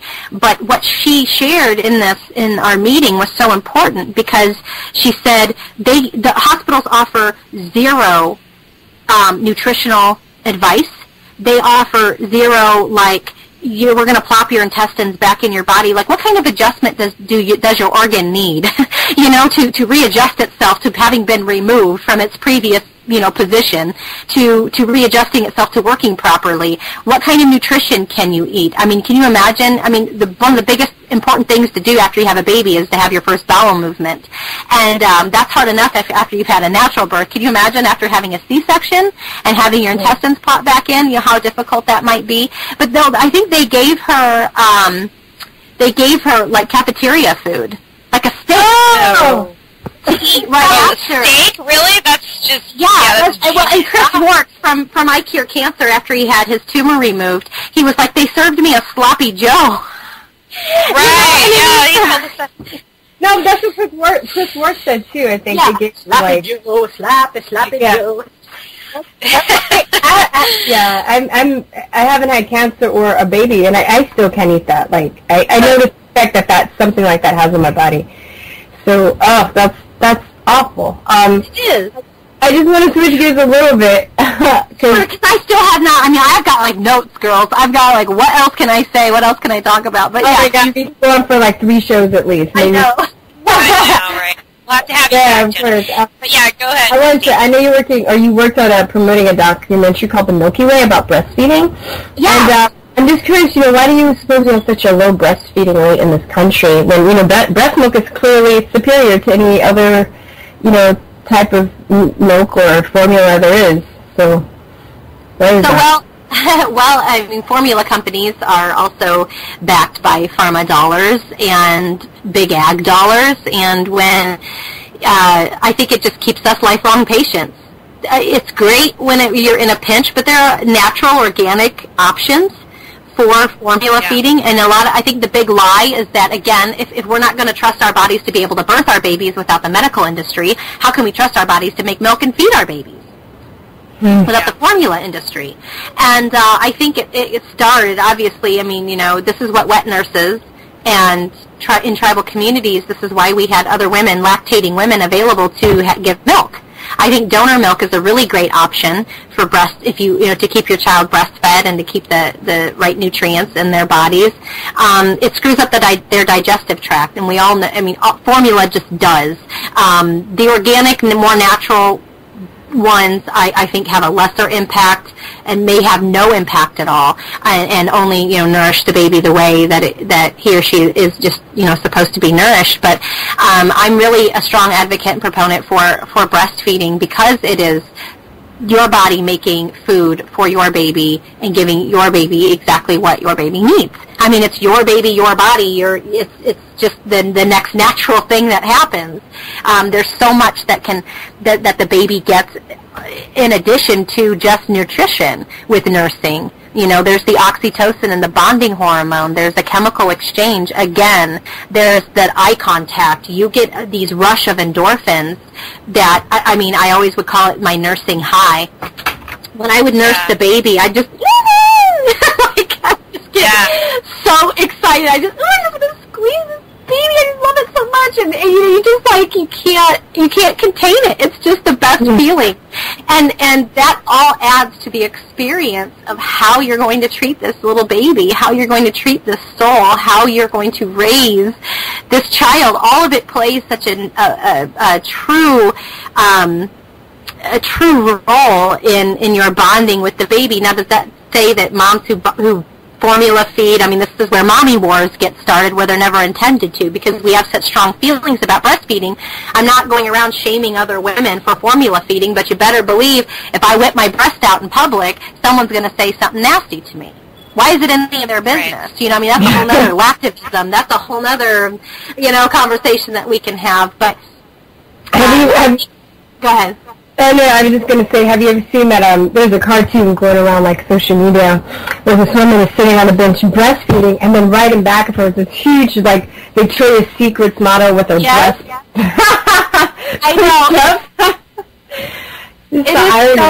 We are so sexually confused in our culture. We are so, we have everything so backwards. We can look at a woman, in a bikini, a very small bikini, and, breasts just bubbling out of a little triangle that just barely covers her nipples, and we can call that sexy and okay and great to look at. But a breastfeeding mother who's nurturing her child in every possible way, who will be contributing to society a much greater message and life skills than the model, right? Then she gets shamed or told that she can go sit on a toilet in a public restaurant or something, and that's where she deserves to feed her baby. When I was in Taiwan, they had breastfeeding rooms for yeah. That's awesome, and I would love to start more of a movement. I know, in different places they're doing this, like through La Leche League or whatever. But I would love to see restaurants and public places get on board and have a spot for nursing moms that they can go and feed their babies and get an award of some kind for have a directory of the different businesses that support breastfeeding mothers, or yes, you can breastfeed here, or have a sign in the window, something. Or just have people get over it and get their head out there. Right. Instead of having to do something good behavior. Yeah, because I don't see why really, I think it's nice that they have a room, but it's still, to me, it's like kind of catering to the people that are uncomfortable with seeing women breastfeed their child. Right. You're right. So, they just need to get over it. Like, I don't see why, people can't do that anywhere and people just get over it. It's just ridiculous to me. And everything always stems back to education, doesn't it? I was able to walk through the store breastfeeding my child in a sling, and nobody knew that my breast was in my baby's mouth. But my baby was getting everything she needed. It can be done discreetly if you feel it necessary to be really discreet, I don't think we should be lewd about it, but I definitely don't think we should be ashamed. Yeah, definitely. If a nipple sticks out, oops, you stick it back in their mouth. Yeah, exactly. Oh, please. Yeah, I was looking, they have, all the violent movies they show. I was looking at this movie the other day with my mom on TV, and it's so funny, they, muted all the bad words out, but then all the violent, bloody, gory scenes they left in, and I'm like, we have all this stuff on our television all the time, but yet, women can't breastfeed. It's like, unbearable to look at. It's just terrible. It is. Good comparison. Yeah, and you get more relaxed about it as you go. Like in the beginning, you're trying really hard to be discreet. I don't know if you experience Jody. Then after a while, the baby starts kicking off the blankies and things like that, and your boobs just out because they just don't want to be covered. No, I live in Southern they California. hate that. It's hot. Yeah, it's hot, and so the baby's just like, I don't want a blanket on me. It's hot. It's 80 degrees outside. And so I'm just like, oh, well, hey, everybody. You're like, fuck it. I'm just whip this shit out. Yeah, after a while, I just said, screw it, like, whatever. And then I just stopped. And then you just don't even care anymore. And it kind of normalizes it in a way because you are forcing it on people in a sense. And, you don't want to be totally disrespectful to everybody's comfort levels, but at the same time, like, you're right. We aren't responsible for other people's comfort levels. If they don't like it, they can look away. They don't have to look at you. Exactly. Yeah. Right. Exactly. They don't have to look at it. It's not lewd, and it's not sexual, although breasts are sexual, there are sexual things, and they should be seen as sexual because it's part of the foreplay experience. It's part of what, makes sex exciting. It's sexual, not when, not when you're breastfeeding. But not when you're breastfeeding. But if a man looks at it, looks and sees it, and he finds it attractive, then, good on him. Breastfeeding breasts should be attractive, I guess, in the sense that this mother is in her full right and empowerment of nursing her baby. Exactly. And if he finds that to be a turn on, then good on him, because he likes boobs and he likes real boobs, and because I think that's where everybody gets confused too, is because we've had of what you were talking about the anti-gravity movement to reduce the gravity when the breasts start to sag, because once you have the baby, the breasts start to sag, and then of course nursing increases your sagging capacity, because you're filling up and then it deflates after you stop, and so on. They just go down. It's just it's just a natural process, but everybody doesn't. People have all been indoctrinated to think that a boob should look the way that these fake boobs look like. So they're big, but they stand up, and then they're perky, and they're right on top of your chest. But that's not a natural way. That's what they often look like when they're full of milk. Really, that's what they're going around doing, is making their breasts look full, like a lactating woman's breasts look. Mm-hmm. Right, exactly. But then, I don't know if it's I've heard varying opinions on this. Do you know if it's safe for a woman to nurse a baby when she's had implants? I hear that it is safe, but I don't think it's safe for women to have breast implants anyway. You have something that's plastic and most likely a petrochemical or silicone in your body constantly, and that is not designed to be there. Unless it's an emergency, and you need it for a life-saving thing, well, then you can live with it. But with the breast implants, Dr. Jordan Rubin pointed this out in his book, The Maker's Diet, when he talks about even contact lenses, how he just feels like it's something that's plastic in your body, and your body is always looking at it as an invader. And it's always something that your body has to get used to, whereas if you would just... it's almost, I always feel like it's somehow like smothering your body in some way. It's just, not supposed to be in there. Right, and I read recently, going back to the C-section thing, that there was some studies on how C-sections are actually affecting women epigenetically.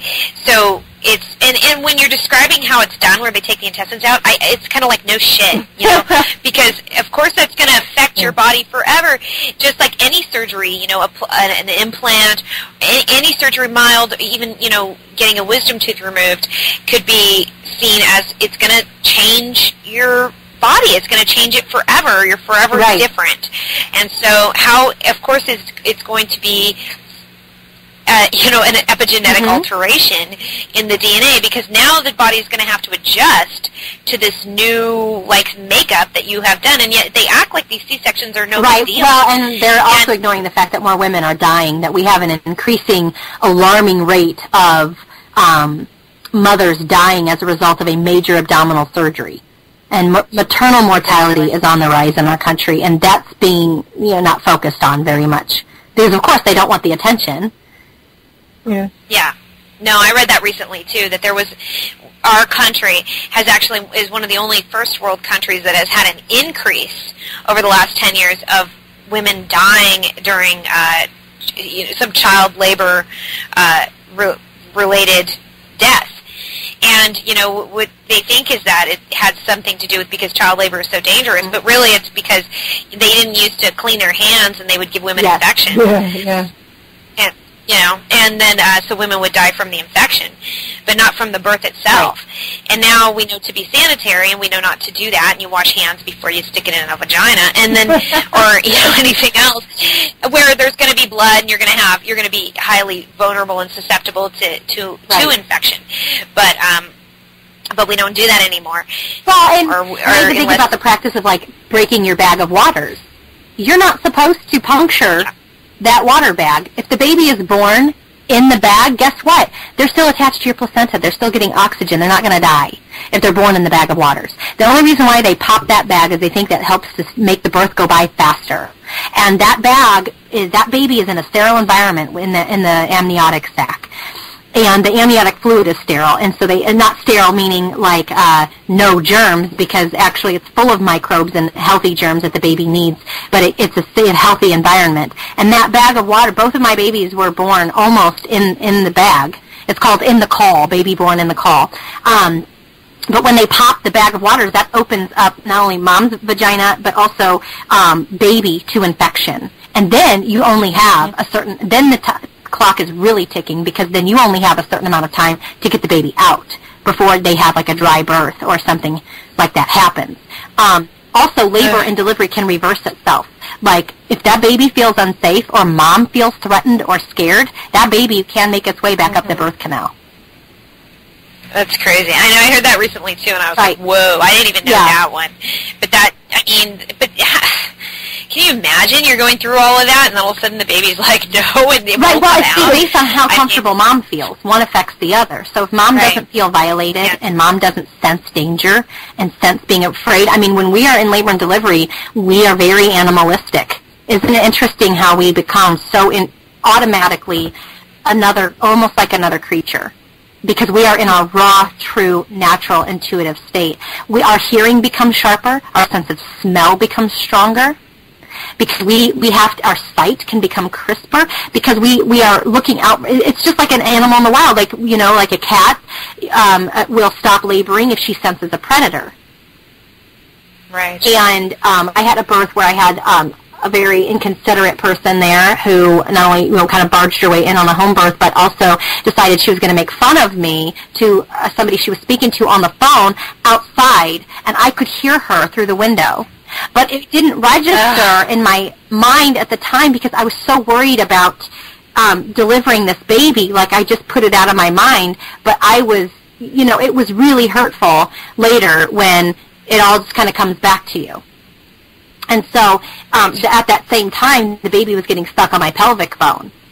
And I felt really disempowered to, like, change and shift my position. My midwives actually had to, like, tell me I had to move, because I ended up just getting stuck. And I know that that was kind of part of the emotional reason for that, you know, now looking back. But, you know, it's just what people do and how you are treated during birth, they don't even realize how important that is. But, you know, yes, so your body will tense up. Baby will feel like, okay, it's not safe to come out.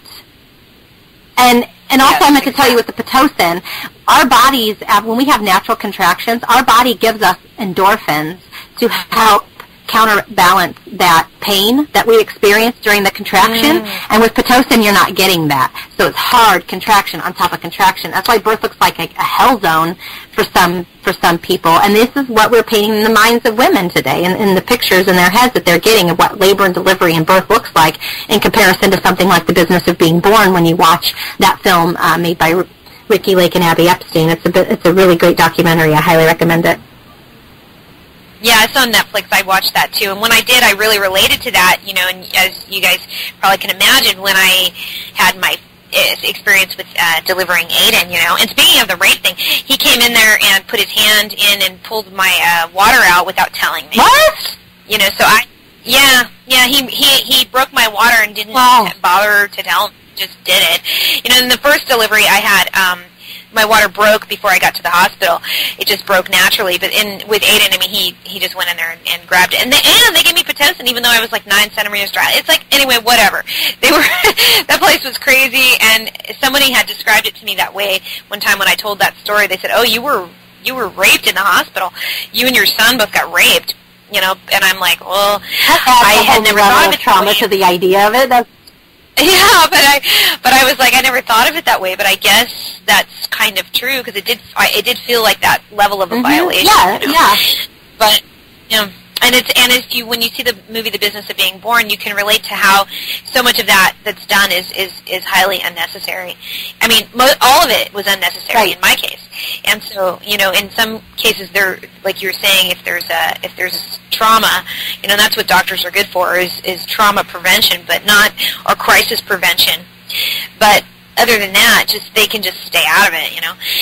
And so, on that note, we are out of time here, so we want to go ahead and wrap up. But before we let you go, Jenny, we want to remind everybody where they can hear Homegrown Health. I'm on Mondays and Wednesdays at 5 p.m. Eastern on naturalnewsradio.com. You can also find me on Facebook at facebook.com/homegrownhealth and on Twitter at HGHradio. And that's about the best way you can get a hold of me right now until I finish building up my website.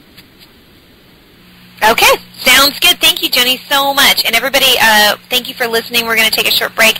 When we get back, Virstyne and I are going to close out the show, but Joni is always welcome on the show, and we really appreciate you being here today. Hello, thanks for having me on your radio. Even though we're not from a famous rock and roll band, if we were, even though we sound a little like we are, we'd definitely wear a Conspiracy Realist t-shirt, because they're gear, aren't they? Oh yeah, they're really gear. I want to write a song about them. Conspiracy Realist t-shirts at truthertees.com. I gotta think of the middle eight. Shop.truthertees.com. What does that mean? It's the internet. What's that? I don't know. It's a net. It's between things. Shop.truthertees.com. What's that? It's where you get Conspiracy Realist t-shirts. Oh, gear. Hi, welcome back. Oh, sorry.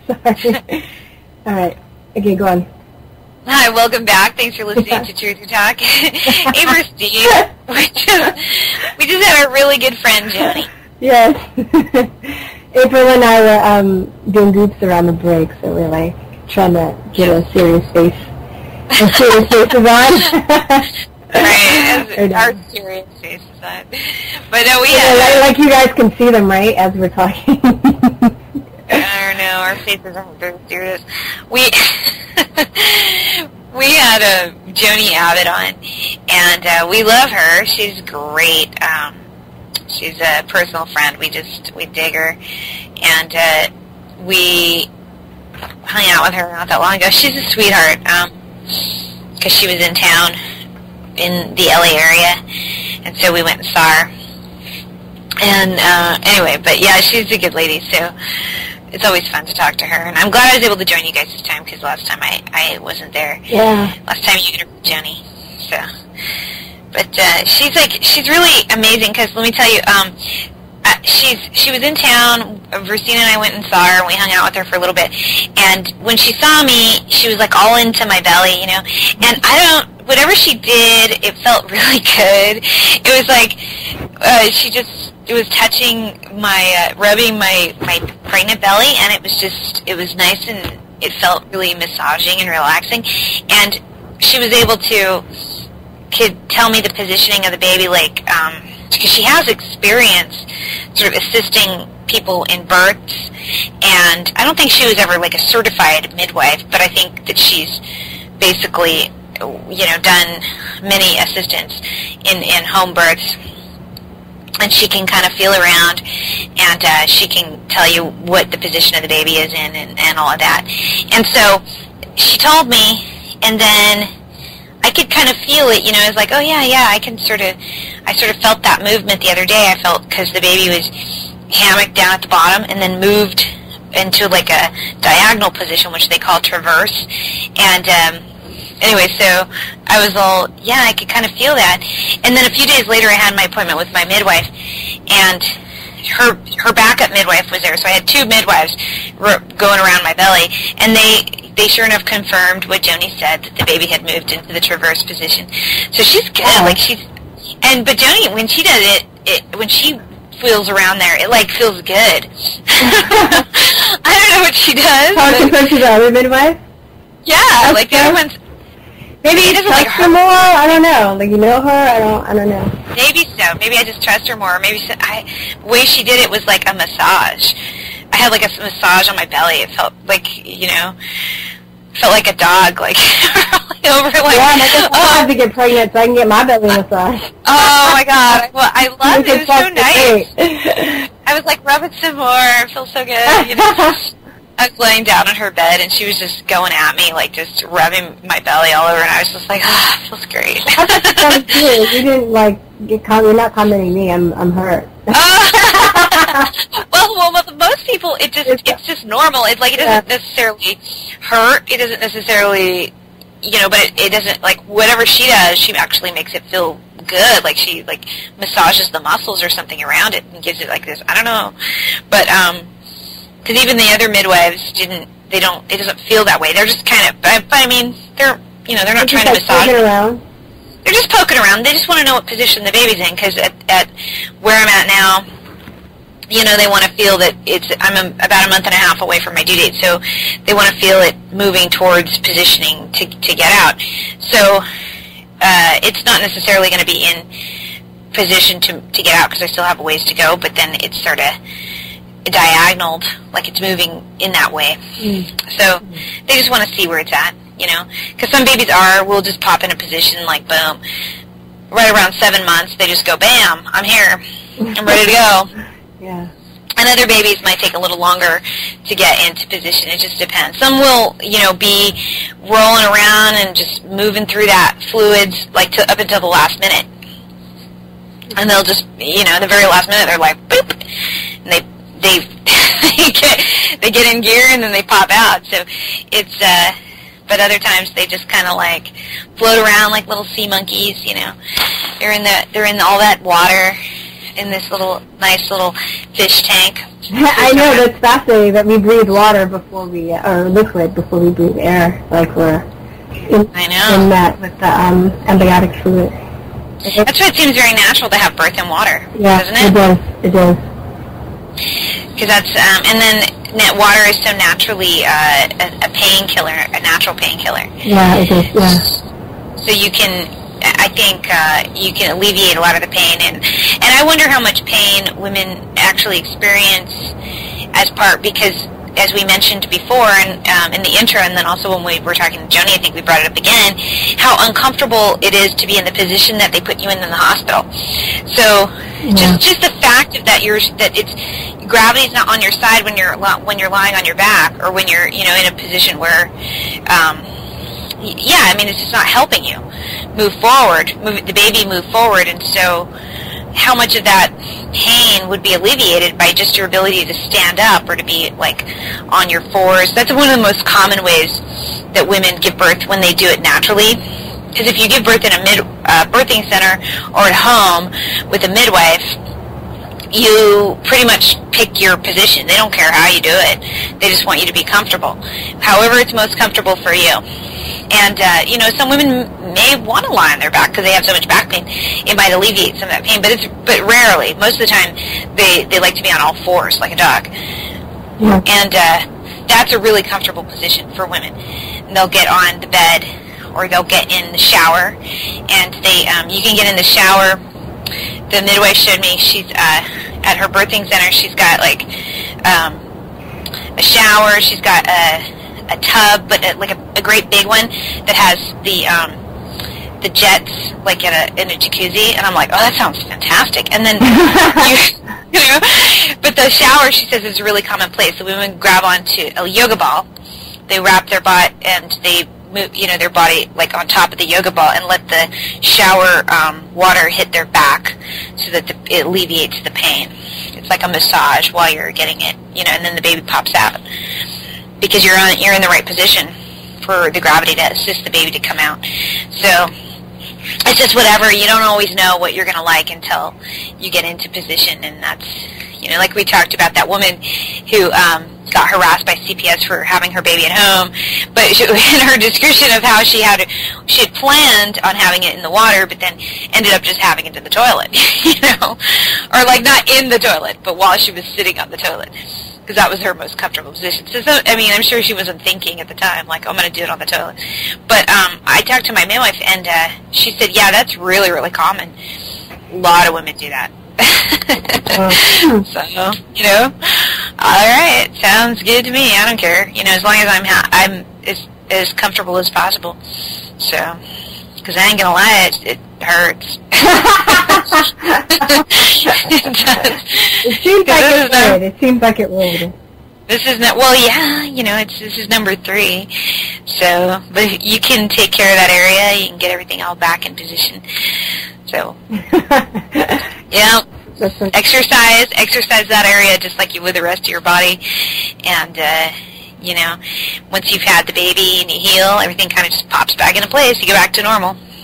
So, although I will say some parts stretch out and don't ever return to their normal position. Oh no, are you serious? Yeah. Can you do something? How about how do you deal with that? Well, the thing isn't that the baby binding? Talk a little bit. The belly binding. Oh, I'm sorry. I'm at the belly binding. That sounds so booty binding. Sorry.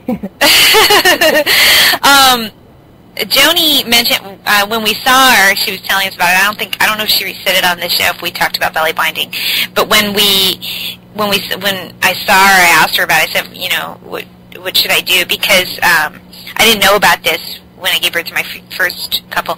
The thing that most commonly stretches out, sometimes it can be all at different parts of your body, but the ones that most commonly stretch are your breast and your belly. They kind of will stretch, get elongated a little and stretch out of position because your breasts get larger, and so sometimes they just don't go back after you've had the baby and after you've stopped nursing, breastfeeding the baby. They just stay where they were. And then other times, and then the belly, the skin can stretch out and you can get stretch marks.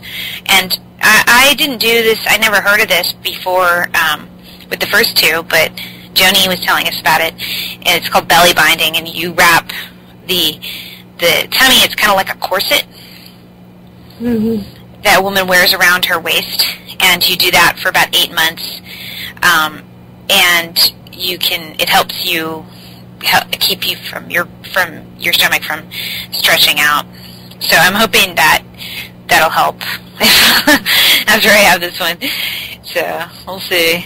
I'll let you guys know later. But, because I don't know. It's just, I guess it's just a cosmetic thing, really. I don't know if there's any harm to your body for having it stretch out like that. But nobody wants their belly all stretched out, right? Yeah, totally. But, I don't know how to avoid it. It just is, it's like you just have this giant watermelon sticking out of your belly. Like, what are you supposed to do? You know? Yeah, I know. I don't. Like, it just like goes in there and stretches you out. Like, how else are you gonna? I don't know. That's part of the thing about being a mom, I guess. And some women, I guess, just naturally. And then that too. Like, there's ways you can avoid.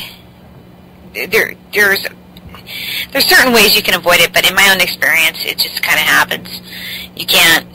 You can try, but it's not, As for stretch marks, you can avoid, there's like a ton of home remedies on how to help change stretch marks. I don't think that stretch marks necessarily, it's just kind of like any scar. Sometimes it will go away and sometimes it won't. But it looks like it might be a little, like, I've heard if you massage it, like keloid scars and stuff, that it would help. Vitamin E. Vitamin E. Yeah. Have you used that before? Vitamin E?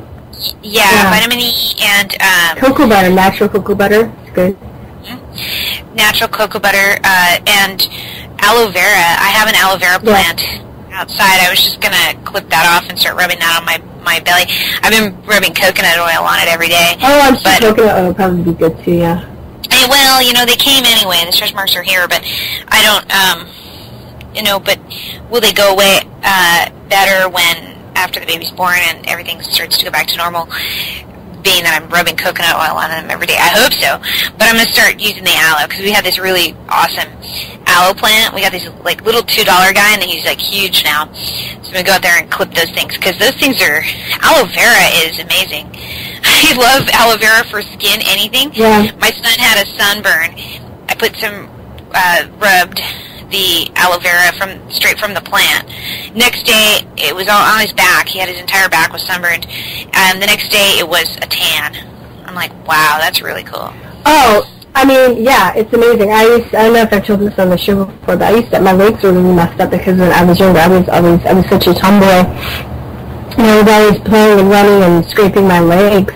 And we had an aloe vera. We moved and we had an aloe vera plant growing, and I just start to use it on my legs, and I swear, by the time I was maybe like 18 or 19, my legs had completely cleared up. To the point where my dad was like, "Dude, your legs cleared up." I thought your legs were going to be messed up for life because I had so many scars and scratches on them. But yeah. Well, marks do fade over time, but aloe vera helps you. Accelerates it though. It does. It accelerates it. And other things that work internally are like certain types of beneficial fats and also vitamin C, which helps you produce collagen. So vitamin C, the best form of that is through fruits and vegetables. Rose hips are really good. I don't know. I'm curious on how to make my own rose hips tea because we actually have a rose plant in my garden, and once it starts to the flower, I want to turn the leaves. I want to know how to turn the flower rose leaves into like a tea or something. Mm-hmm. To make rose water. You would probably have to dry out the leaves. Oh, to make rose water. Yeah, or tea, either one. You want to know? I'm guessing you just have to soak get distilled water and soak the rose petals in it. I think that's right. Yeah, so it has to distill. Just buy some distilled water, or unless you have a distiller, you can do that. And we're out of time, so we're going to go ahead and close out the show. And we want to thank Joni Abbott, our very, very good friend Joni Abbott, with the magic hands on my belly. Well, we love her sincerely and truly, and we're glad she's on the show today. It was great to see her a few weeks ago. So.